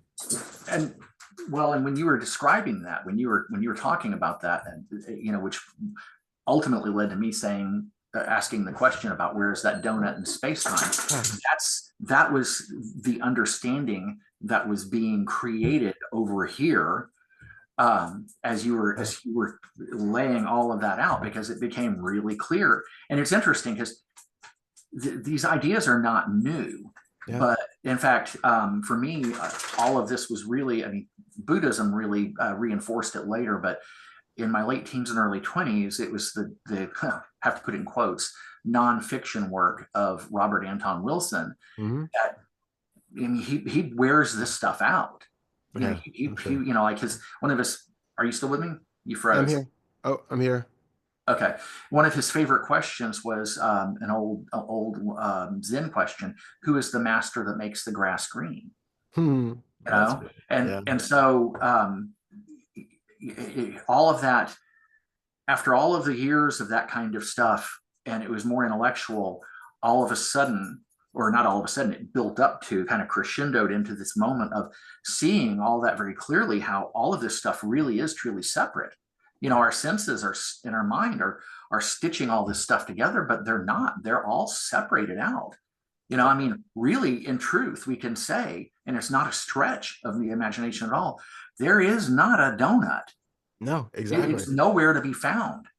Exactly. It's a little bit here, a little bit there, and you're stitching it all together to create this illusion. And Completely. it's funny you should mention the whole thing with Disneyland and how they manipulate your senses, because there are other people who seem to have a really intimate understanding of this, because we were talking, Suzanne and I were talking about it this morning. We saw a documentary some years ago about the nephew of Sigmund Freud, Edward Bernays, and how Edward Bernays in the early 20th century took what Sigmund Freud developed, all his psychological work and understanding, and he took that to the people of Wall Street and said, here's how we can use our understanding of human psychology to manipulate people and get them to do what we want, whether it's as Wow. individuals or as crowds. Yeah. And it's been 100 years now, and they are absolutely Yeah. masterful at Yeah. this ability to manipulate people. And I relate that to the conversation we were having this morning. It's along the same lines of the thing with Disneyland, that how is it you can get people to vote against their own best interests? Yeah. That's how. Absolutely. That's Yeah. how. People understand Absolutely. all of these, all Yeah. the illusionist trick, Yeah. and they know how to put all that together in a way that, Yeah. if you're not aware of the illusionist trick, then they can use it to, you're kind of a puppet on a string. Yeah. We are very manipulatable. We Mm-hmm. really are. Um, it, it's wild in the environment, like in 2024, with as much access to information as we have, Mm-hmm. that it has gone. I was actually just saying to this Pernilla yesterday that, we kind of lived under that false promise that the more information we have, the Mm-hmm. more, you know, wise, enlightened, communal a society was going to become, the more compassionate we would become and the more well-reasoned we would become and all of that. And it has proven very much to be the opposite. Um, Mm-hmm. Information itself is not the key to Nope. any better futures. You're Uh, right. I hadn't ever thought of that. That's a really great point. but yeah, I mean, we have, in any of our pockets right now, we have more access to information than anybody at any other point in history. And yet we can't distinguish between the the relative truth of, certain things and the complete fiction of others, and that uh the yeah the consideration that we that we put into the things that we um uh take in is so little. We tend to have very little discretion with the things that we fill our minds with and take on, and the Mm-hmm. ramifications of that are, I think, far greater than we stop to consider. I couldn't agree anymore. Yeah, and you're, and you're, you're preaching to the choir. yeah, yeah, and it's just, yeah, we are. Yeah, I know other people have said it, but we really are like in a social experiment that is proving to be maybe not the best for humanity, but it's really curious Yeah. to see how it's going to go. Uh, Well, yeah. I mean, it's definitely an interesting set of circumstances that are playing out on Planet Three. yeah, yeah, it's true. It's true. Yeah, Well, I don't want to try to get into this too deeply, but I wanted to touch on this because I wanted to ask you about it. yeah. Um, uh, Something about one of the one-on-ones you and I had, I was listening to earlier this week, wound up somehow.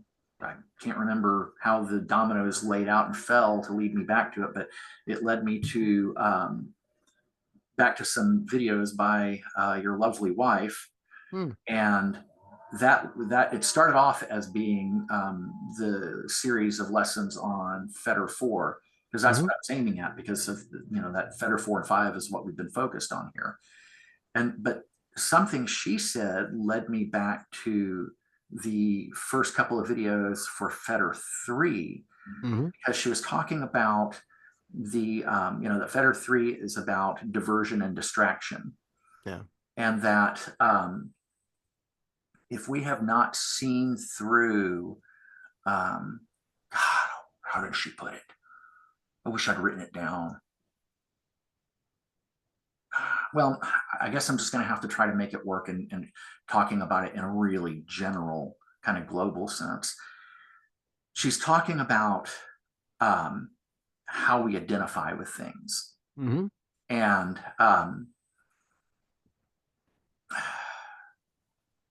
that we identify with the things that we use to distract ourselves. Hmm. Um, and if I can go back to the video and find exactly what she said, and I can send it to you by email so that you can clarify more specifically at a later point. But right now, I guess just to at least try to get that started. Um, if we're identifying with our distractions, the things we use to divert ourselves, like I'm trying to think of an example she used in the video. I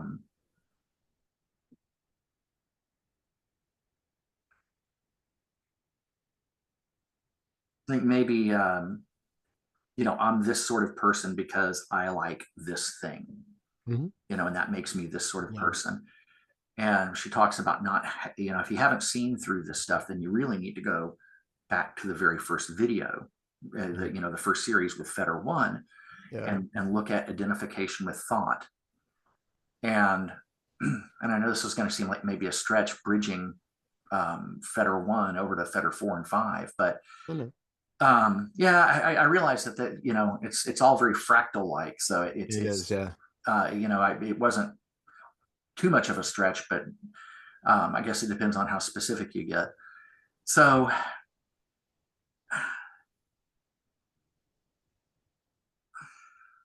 trying to formulate the question. So if we're working with Fetter 4 and 5, and you said that it's both of you have said that it's easier, and these are not your words, but you can get better results with 4 and 5 if you've really done the work with 1, 2, and 3. Hmm. Um, but the thing that the question that came to mind for me was that, okay, it would be real easy for me to doubt my experience of having seen through Fetter One, but I Hmm. don't, because fortunately I was smart enough that very same day to write something to the guide at LU, and then to write Yep. some stuff down in my journal. And then I saved all of the things that I wrote to the guy at LU, and I have those saved, and I've printed it out.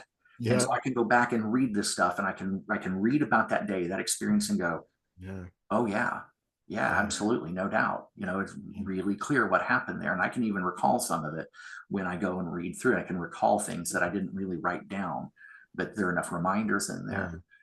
And so the thing that really kind of stopped me and made me wonder was that there's still this identification with thought. And I can't say, I really don't know. It may not be.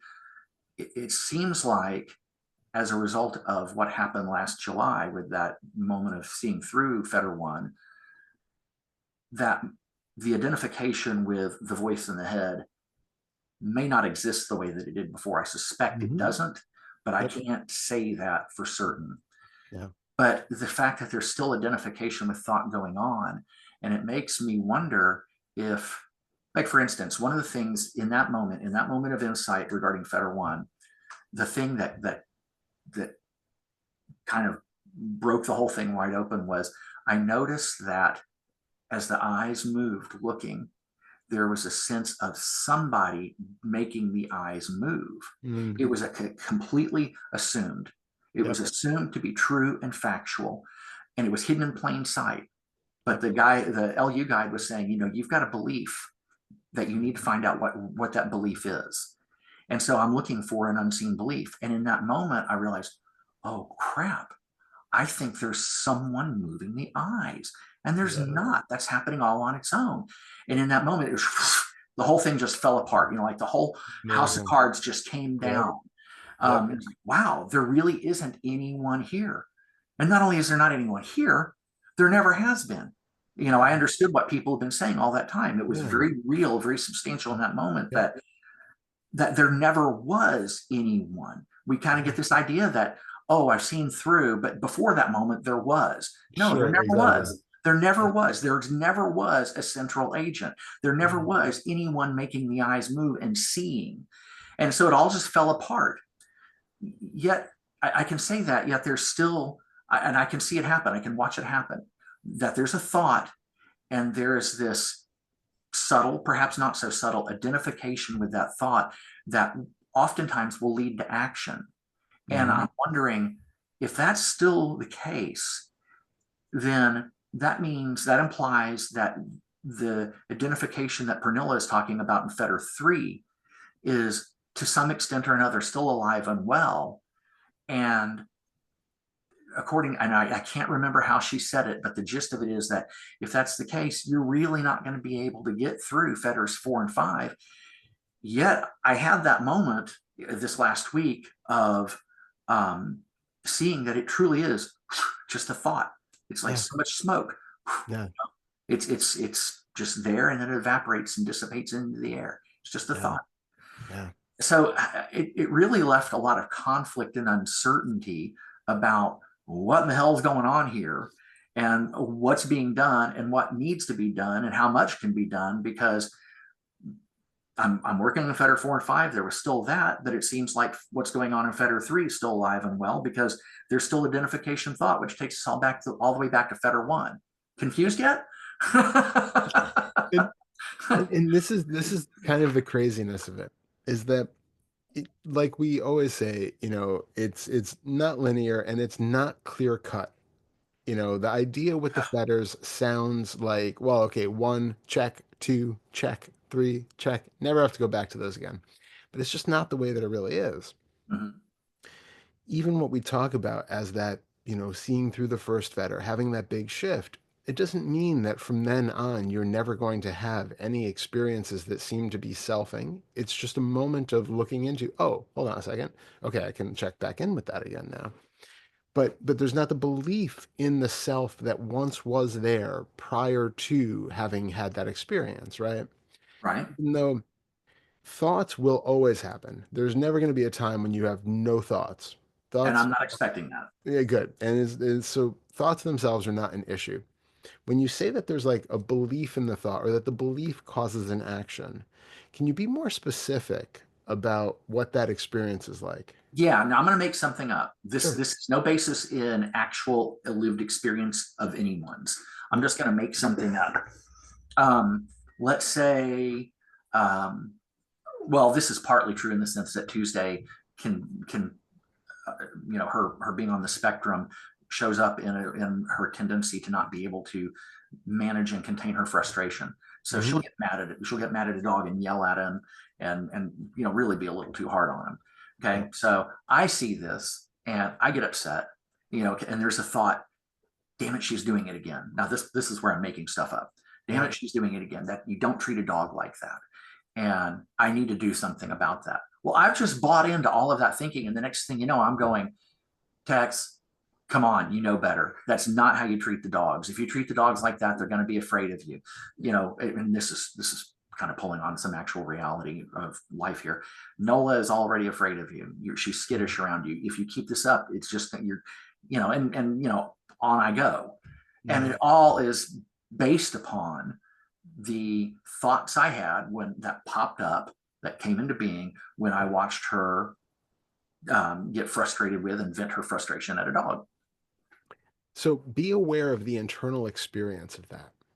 So the Okay. initial thought could show up that, she yells at a dog, you see that. Now, the first thing is actually probably even before a thought, you see her yell at it, and you probably feel something in the body Mhm. that is that feeling of either, protection for the dog or, you're feeling uncomfortable in some way because of the situation. Right.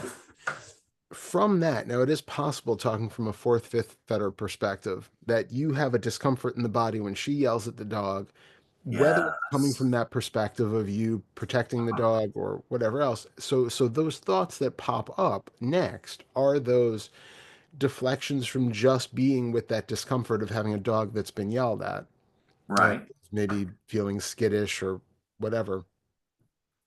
So now you have discomfort in the body. So then you have these thoughts about, well, you don't treat a dog like that. So now you're deflecting from those sensations with those thoughts about this is proper behavior, and then you're creating this loop of thoughts that are creating more story about, well, this isn't how it's supposed to be, and if she does this more, then it's just going to keep getting worse for, the dogs are going to be scared of her, and then you build it up to the point that you go and you externalize it and you actually say something to her. Mhm.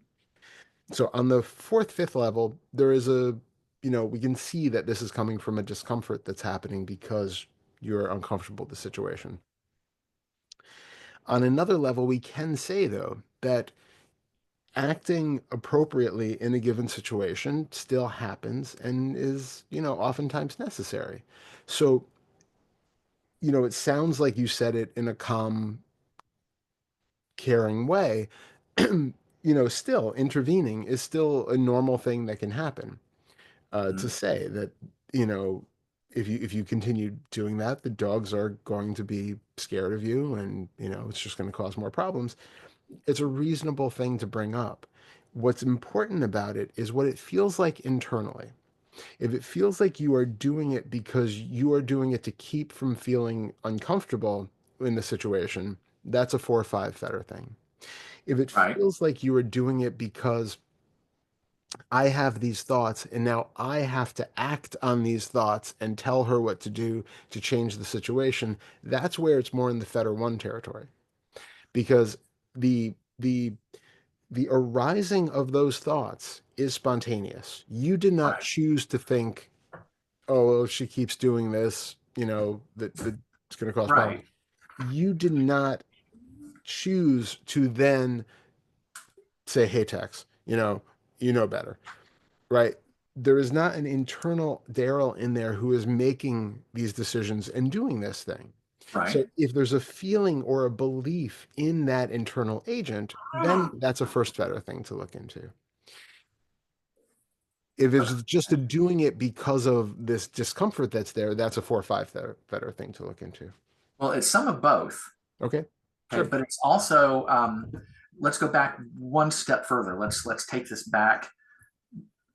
Um, I can't think of the words I want to use here.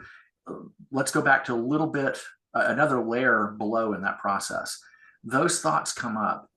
What seems like is happening in the moment is this sense of these thoughts, these are my thoughts. These thoughts are true.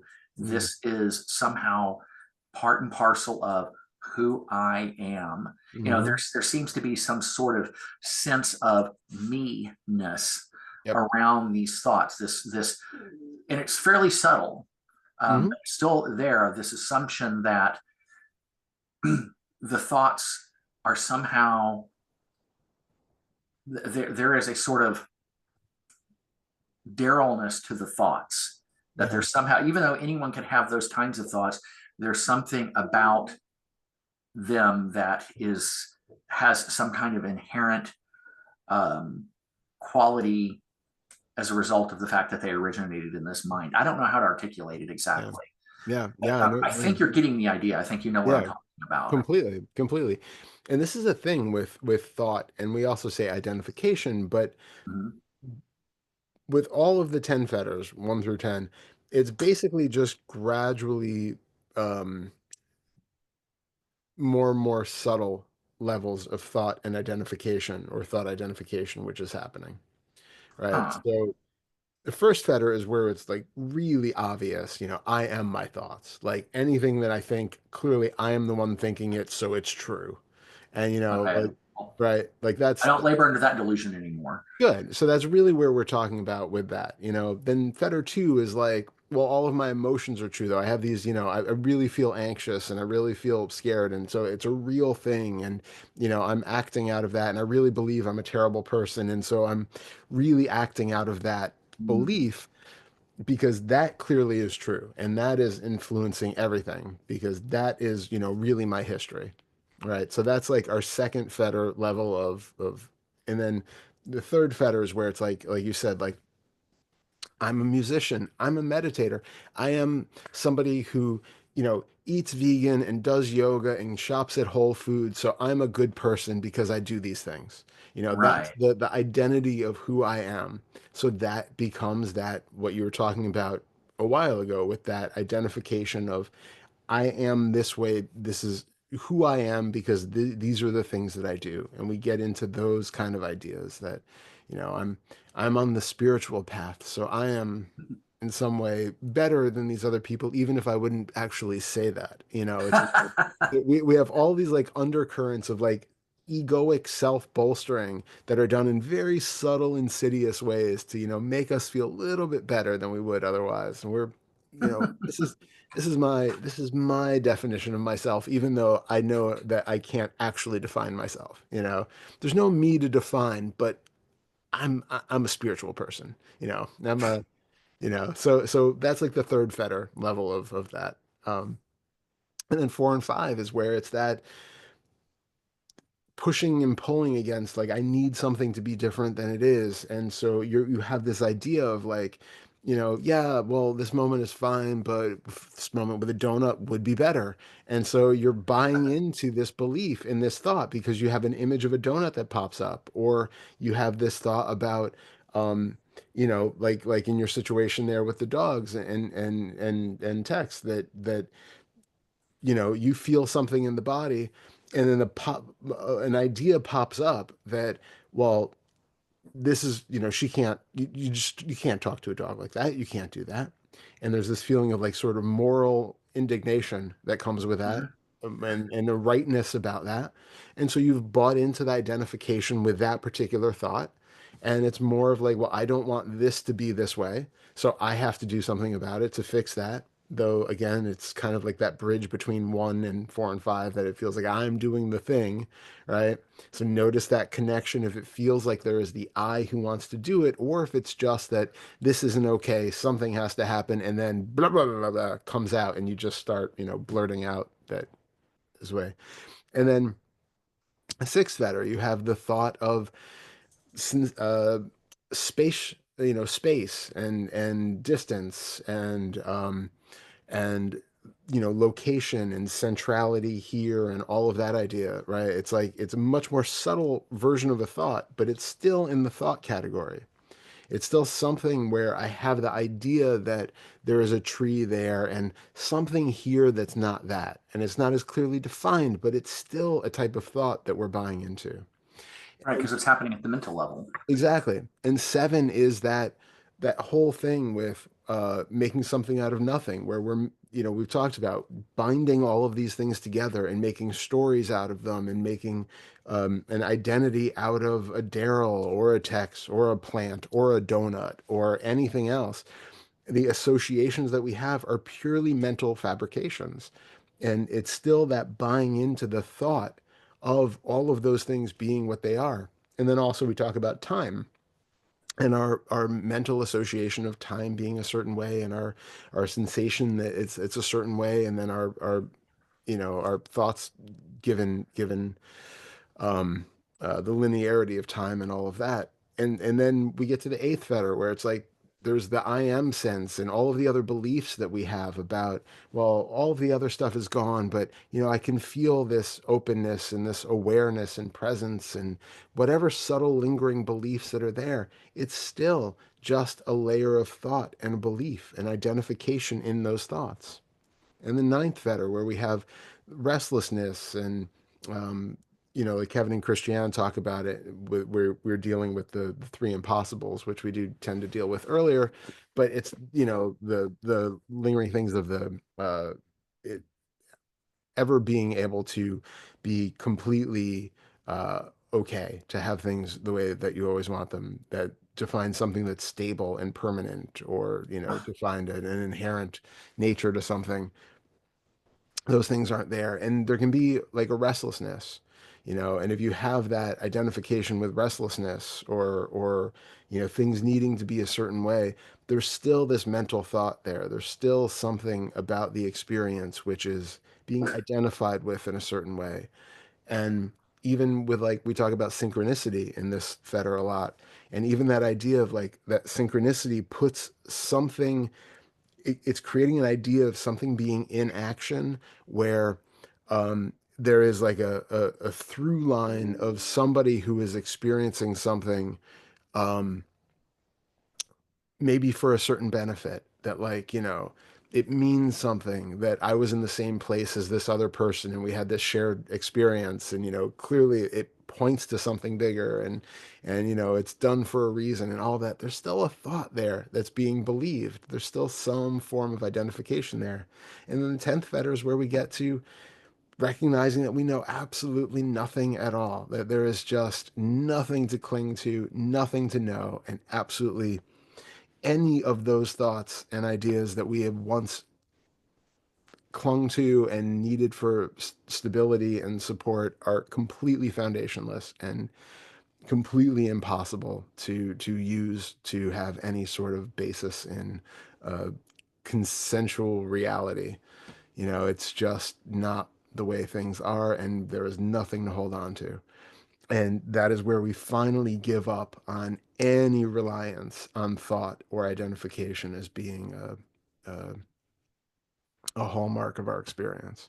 So there's always that through line of some form of thought being taken to be more than it is until it's really truly seen through that a thought is just a thought and it means nothing more than that.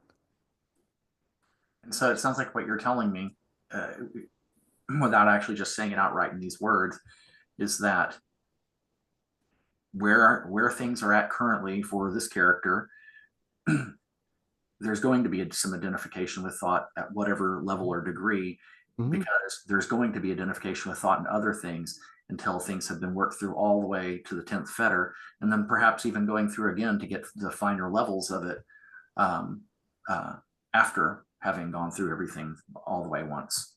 Effectively, yeah, but again, it's not linear. So, even though I Right. lay it out in that way, it's you don't know what insight is going to break a whole bunch of these things down in a way that Sure. it changes the experience going forward. Yeah, And and I can already kind of get a rough sense of that just based on the fact that all of this stuff I just laid out before you was, fetters one through five, and yeah, this yep, convoluted path. yeah, completely. And your the the insights into that really thin, elusive nature of a thought is so powerful because it can really undermine the entire existence of all the other ones because that's really the linchpin. We Wow. we we live through the world only engaged in thought. We have the idea that we're seeing a real world on one level and then also thoughts that are showing up in some little movie theater up here in the head.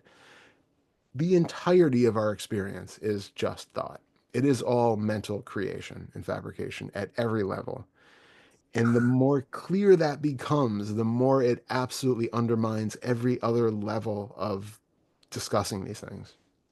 Well, that brings to mind one of my favorite things that the Buddha was alleged to have said, which is that the mind is the forerunner of all things. Yeah. Completely, completely, completely. Wow. That is where we create anything out of these mere fleeting, passing, momentary impressions. Mhm. Well, I'm glad you said that the way you did, because it really generated a lot of not that I wasn't already glad for it, and feeling this to some extent, but it really kind of fanned the flames of excitement about this work. Yeah, Like, yeah, God, that sounds great. yeah. And that ties into one other thing, because I know we're at like 2.5 hours or something like that. Um, I'd really like Susanna to be a part of this journey. Yeah, Um, I needed to ask you about this because used to be an LU guide. yeah, She'd gotten a guide and had just began, and then she yeah, had two surgeries and some other things, mm, and she just couldn't keep up with it. I mean, she was yeah, recovering from having her body brutalized by the medical system. yeah. So now she's feeling like she's getting back on her feet and wants to resume it. How does she go back to LU and say, "Hey, I had a guide, I just gotten started, but everything dropped off.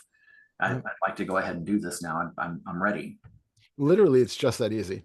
If she can resume her thread, because Mhm. the thread will still be open, and she Okay. can always write back in, and the her guide will get a notification that she wrote in. So just log in and send a message that says that. Yep, yep. And Okay. if she wants to remain with that guide, she can ask, are you still available? Do you still have room? Otherwise, she can ask for a new guide, and then she'll be put back into the cycle. Okay. Um, I wouldn't recommend starting a new thread completely from scratch. All Um, right. so I think if she's already been in the system, just let them know that she's ready to come back, and then they'll work amongst themselves to find somebody else if she can't do it. I mean, if the Okay. current guide can't do it. Right. Okay. Well, good. I'm glad it's that easy. Yeah, yeah, yeah. It's a pretty simple system over there, which is handy. Yeah. Um, but Well, yeah, this was quite a ride, man. yeah, yeah. Do we cover? I feel like there was some other point that was on the threshold of being made, but maybe we covered it. I don't know. I know you had those two questions. We covered both those questions. You know, Um, I think there was some, give me one second, because there was something about, um, yeah, the identification of thought. Um, yeah, and oh God, it really feels like there was something there. Hold on. okay. I'm not in any hurry. Thank you. Um, yeah, it's about the inner experience of the of what it feels like. So when it feels like there is even like a first vetter level of belief in a thought or identification in a thought, that it's something to do with a me who has to do something, and there's a feeling of engagement or action. It points back to what you were saying about how, you know, at least a couple times a week or a couple days a week, you remember to look into like what it feels like to make a decision. It's that Mhm. same kind of basis of, it feels like, it's just to prove to yourself again and again that you, even when you are, um, in a conversation, say with Tuesday, and you're in a conversation and you're you have like that moment of, um, you can't talk to a dog like that. I need to say something. Feel that internal experience that feels like the one who could decide whether or not to say something about it. It's in that that moment of feeling like there is either a choice or like there's a doing or a doer, some form of, um,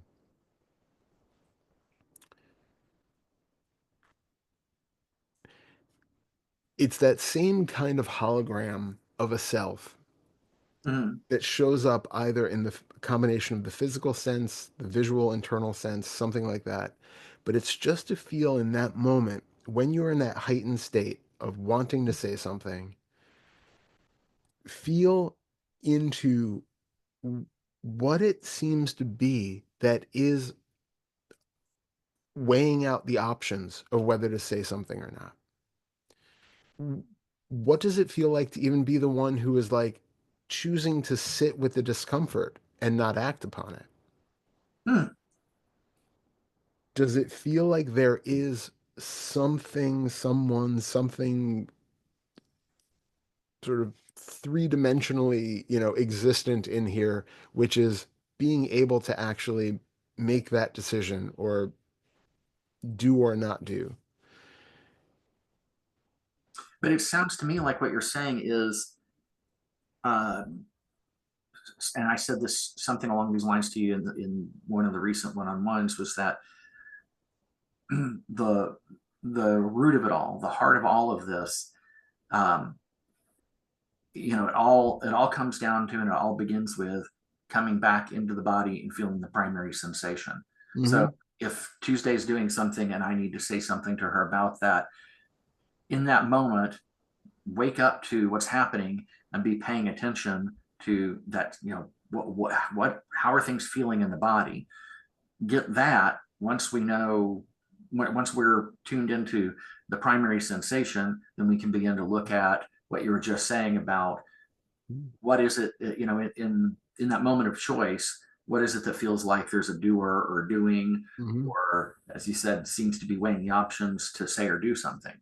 Yeah. Yeah, and they're kind of like, we always have variations of exercises that we can do to see different things. And so in that case, you have either the 4 or 5 version of the exercise where it's like sitting with the primary sensation and being like, do I need to deflect from this? Do I need to distract or do something, or can I just be with the sensation? Like, what really is the sensation, and is it this magnum thing that I'm, need to really get away from, or is it like, oh no, okay, it's just some little happening someplace?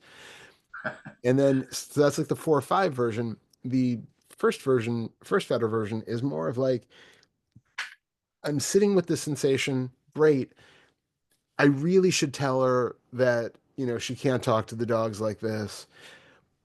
what is that feeling of like the one who can either say the words or stifle them back? You know, there's like a feeling of control there. I'm gonna do it. No, I'm not gonna do it. Yeah, I'm gonna say it. No, I'm not gonna say it. I'm gonna hold back. What is that experience of restraint or going for it?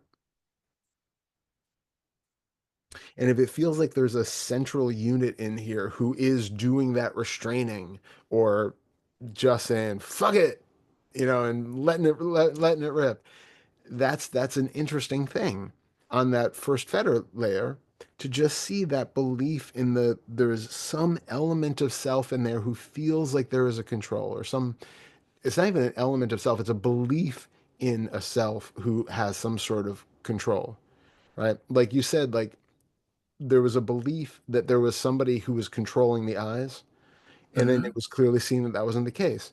There's there can be a belief that there's someone who can either say something or not say something.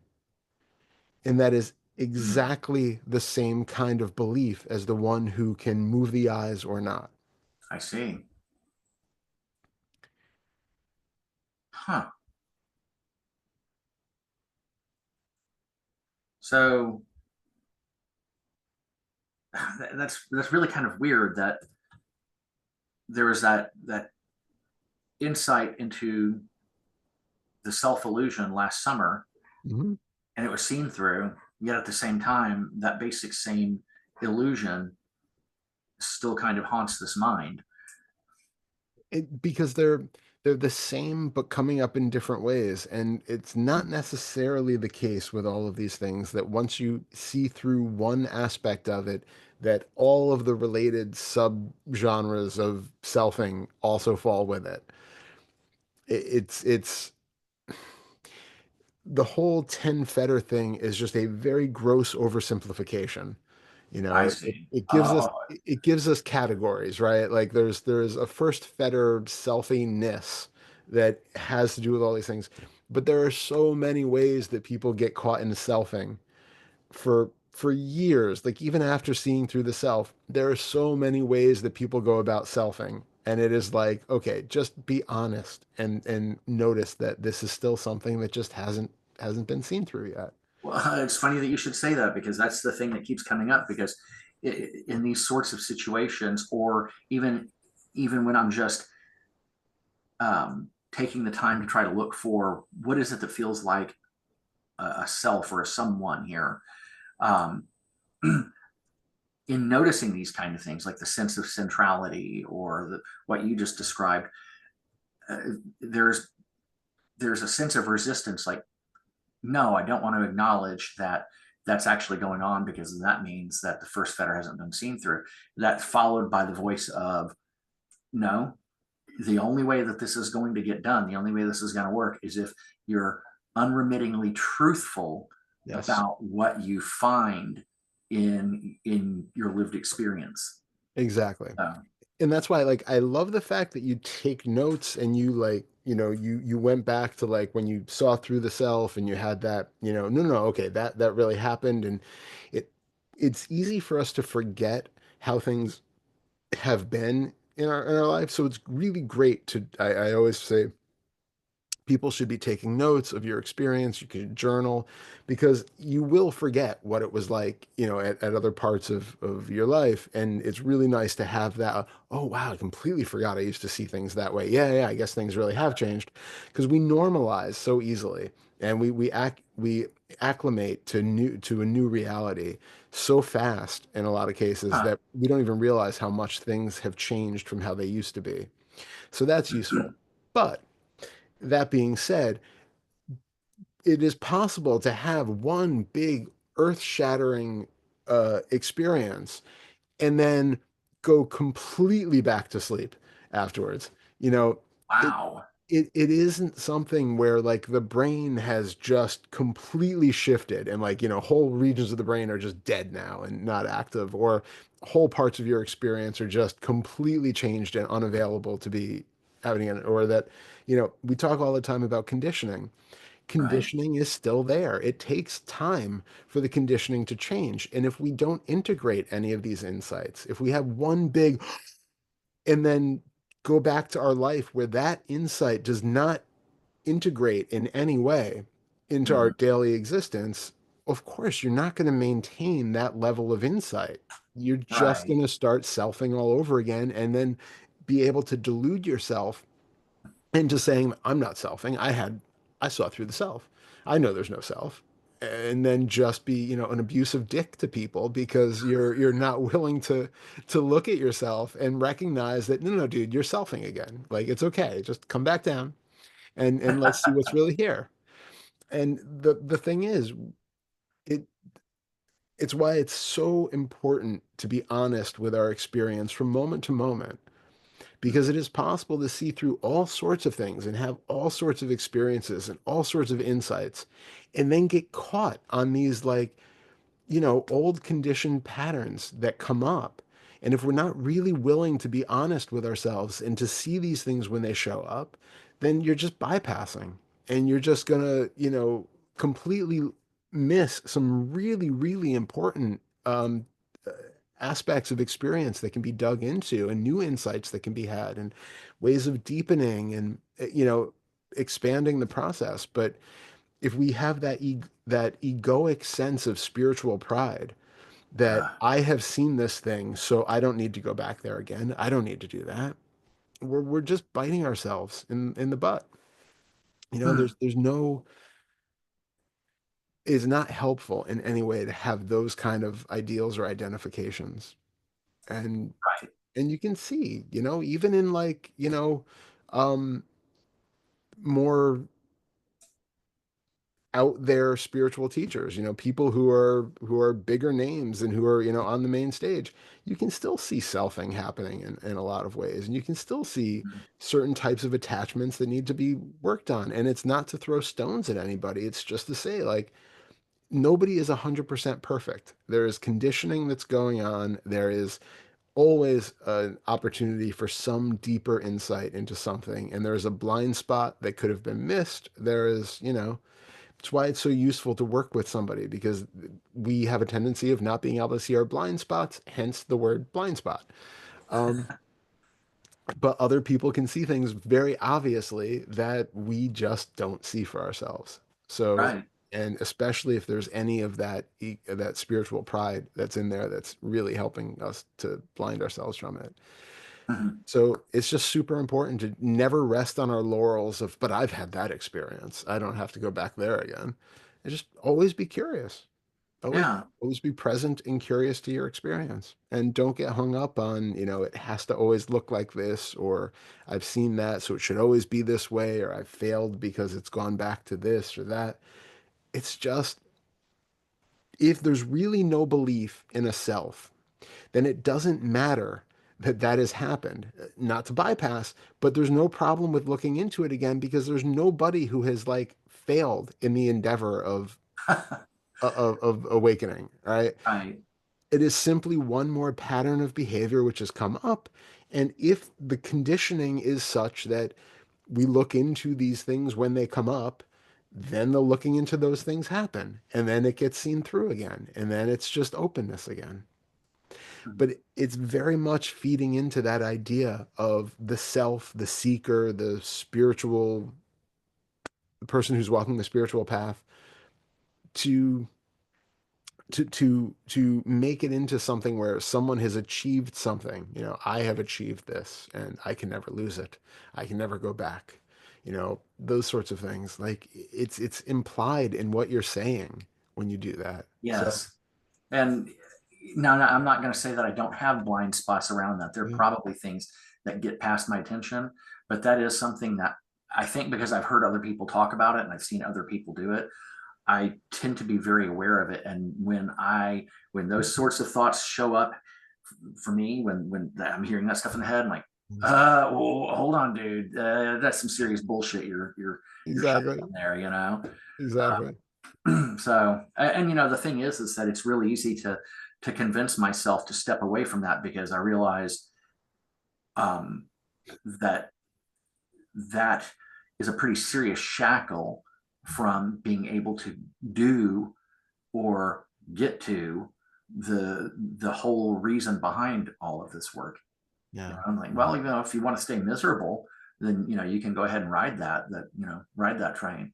But if you want to get away from being miserable, um, and making other people miserable, you're going to have to get over that idea. Absolutely. Absolutely. Humility and honesty are like our two key assets when doing this stuff. Well, and that's one of the things that I'm really grateful that I came through AA on my way to Mm, this, because that got hammered into me by the people I worked with in getting sober, was those very things. Like, I dude, if get that. if you don't want to go back out, like so and so did, or have happened to you what happened to Yep. those people, you're going to have to drop all that nonsense. Yep. Yep. Yeah. So I was scared into a state of reasonableness. That's that's great. I love that. And Anyway. yeah, I think that was what I had wanted to get at. So I think I feel more Okay. resolved. Well, I appreciate that. I really do. Yeah. Um, um, I can't remember. It seems like there was something else, but I can't think of what it is. I can always email. Hold on a minute. There it is. Hold on a minute. There it is. Oh, yeah. So, and just to make this very brief, Mhm. I guess for lack of a better term, I'll call it a moment of insight, or a deeper understanding. But in seeing that the mental picture, which is not the thing itself, and the sense of taste, the sense of smell, tactile sense, are all of these different independent experience streams. They're all different, unconnected or unrelated streams of experience or sensory information.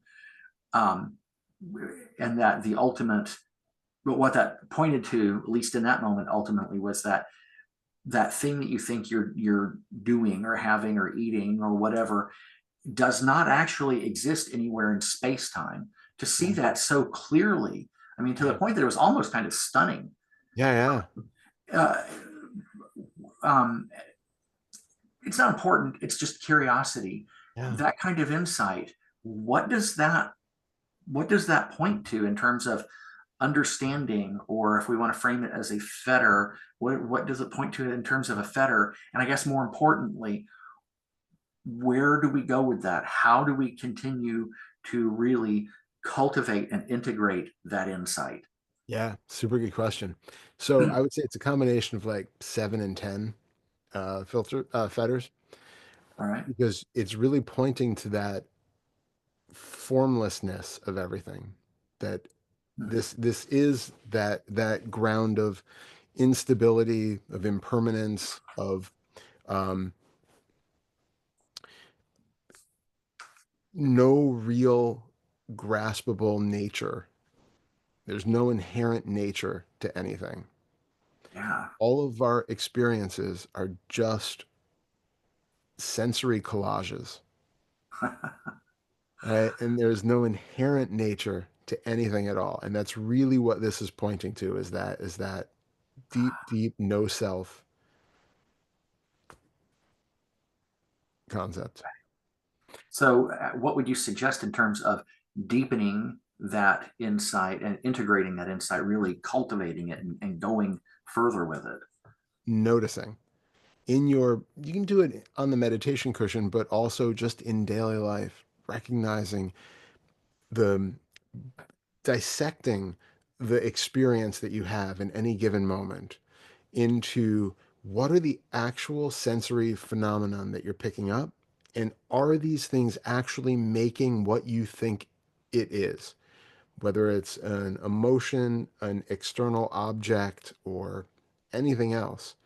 There is a belief that this microphone that I'm looking at is a microphone that is out there and it's performing a function and it's tangible and all of that. And if you just sit and look at that for a moment, it starts to break down into, hold on, literally, it is just a visual image of something. And that visual image cannot perform a function, and that how deep is even that visual image, it has no inherent depth or texture or quality to it. That image itself is constantly changing. Every time my eyes just turn, little tiny bit, that image is constantly being reconstructed and changed, and that there's not even anything stable there that's being seen moment to moment. There is nothing inherently permanent about that, or any sort of inherent nature that I can get to. And you can try to explore the things. And just like we did with the donut, it just starts to dissolve our foundational reality with any object, person, situation, or emotion. Okay. And so I'm going to, my thinking is that in doing that, I wish I could remember how you phrased it, but in trying to do that and trying to notice all of the different um, streams of sensory input, and investigating this. At first, I think about doing it like as you were, I was listening to you talk, I was noticing pulling the hair on my arm, hearing your voice, feeling the arm on this desk, seeing the computer monitor, etc. It was a little bit tricky. It's kind of like juggling, trying Yeah. to pull all this in. I'm assuming that you just keep doing it and it gets better. You get easy. It gets easier. Yeah. Yeah. And if you practice with like one object at a time and the experience of that particular object, it's Mhm. easier to start with, because then you can start to get into what I take that object to be. Well, how, even taking off all the labels of my dislikes and likes of it, and the name of it and its function and all of those things, which are thoughts that are stacked onto it, Mhm. come down to the raw sensory experience of it, like we did with the donut. You can do that with anything, and be super clear on the division between those experiences, the sensory experiences Okay. of that thing, and how much concept and thought is trying to bind these together and make it into something that has an inherent nature. Well, doing it with a single object is fine, but the only problem is if it's only really like, for instance, I'm using this little eye drops bottle. Mm-hmm. It doesn't make a sound. Nope. All it's giving me basically is visual input. So Yep. it it's what happened earlier was the result of taking in and the different types of sensory input. So it seems like it would be more effective if you're at least dealing with something that's giving you um, auditory and visual, or Yeah. tactile and visual, or something. Start with the visual, because if you notice, just looking at a eye drop bottle has a whole bunch of associations with it, right? You assume that there's liquid in it. You assume that it's plastic and what its shape and texture and size feel like. You Right. assume what its use is, that if you put it in your dry eye, it's going to make you feel better, and how it will feel if you do that, and who prescribed it or where you bought it and the value of it. And all of those things are inherent in our assumptions of it, but are they actually findable? Are they inherent in the actual image of the dropper itself? Can you see it? Hmm. It's similar to like when we're kids and we say a word over and over and over again until it loses its meaning. Apple, Right. apple, apple, apple, apple, apple, apple, apple, Yeah. apple, apple, apple, apple. Right? It's that, but we're doing it with the visual sense. So like on it, like just see it for, right now you're seeing it as a three-dimensional object, but is it? Right? Take off that three dimensions and even see how what you're seeing is just some kind of abstract two-dimensional shape, which you're positing a third dimension onto, along with contents and density and all of that. Okay. So come down to just the visual experience of it. And then when that has sort of flattened or broken apart or done its thing where it's now no longer eye drops the way that they've been conceptualized,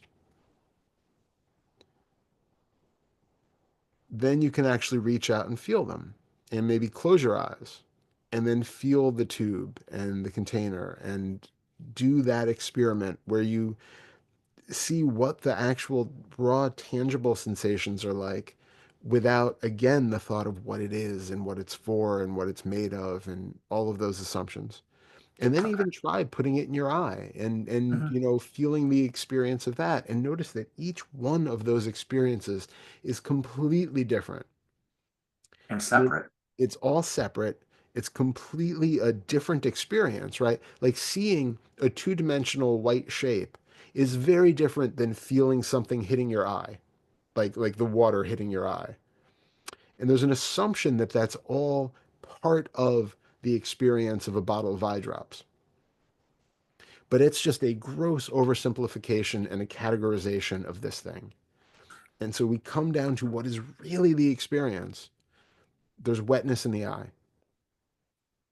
There's a feeling of hardness when you're moving it around your fingers, a feeling of roughness or smoothness or however it's experienced. But those things have to be bound together to make the eye drops. And kind of ask yourself without doing it too conceptually, um, do any of these show me the true inherent nature of an eye drop bottle? Hmm. I also get the sense in thinking back on it that recalling the experience earlier here, as we were talking about the whole thing with the donut, and then that moment, kind of aha moment of it, Mhm. where is it in space time? Nowhere. To Yeah. recall that and to keep reliving Yep. that would also be helpful. Absolutely. Okay. Yeah. And then just keep noticing it moment by moment in your experience. I mean, take your dog, right? Like you take it to be the dog that you think it has been. He has always been this dog with this name who has this personality and she is blah, blah, blah, blah, blah.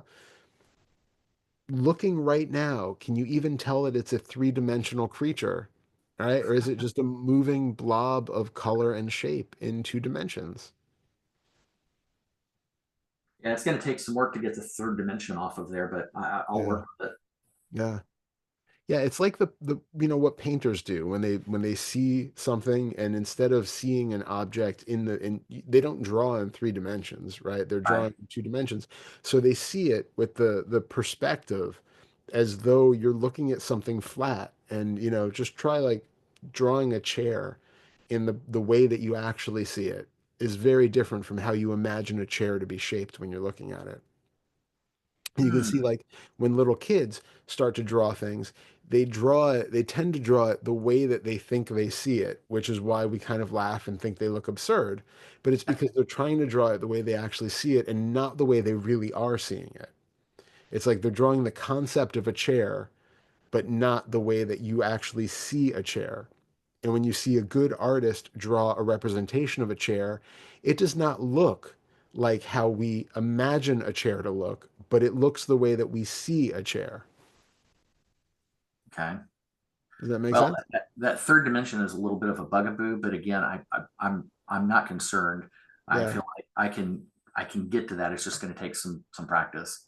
Yeah. And it's not like, again, we're not forcing the visual plane to shift or something. It's really taking in the overall image in a way that you can just see that it is like I assume you assume that I am three-dimensional, right?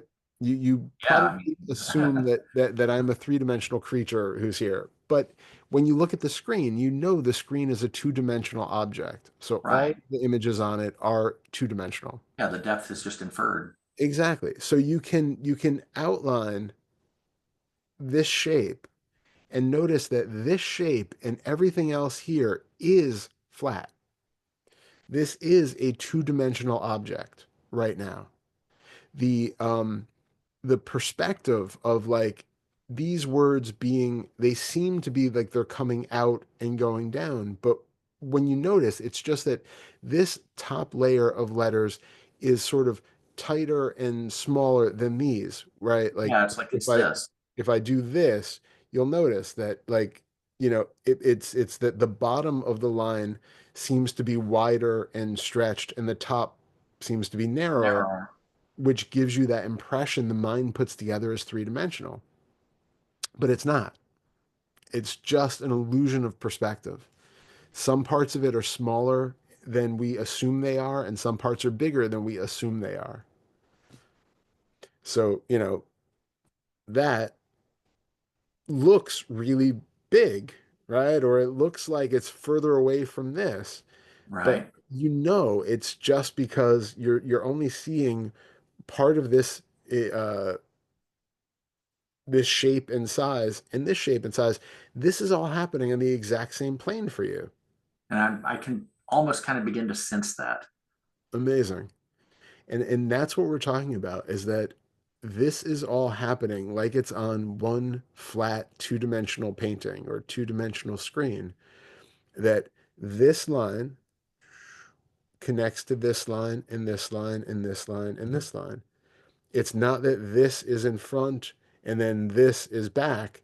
This is all part of one contiguous line, Yeah. right? Yeah. Well, I'm going to have to pray to God that, or pray to something that the toilet is not totally two dimensional. Otherwise, I'm going to wind up peeing on the floor.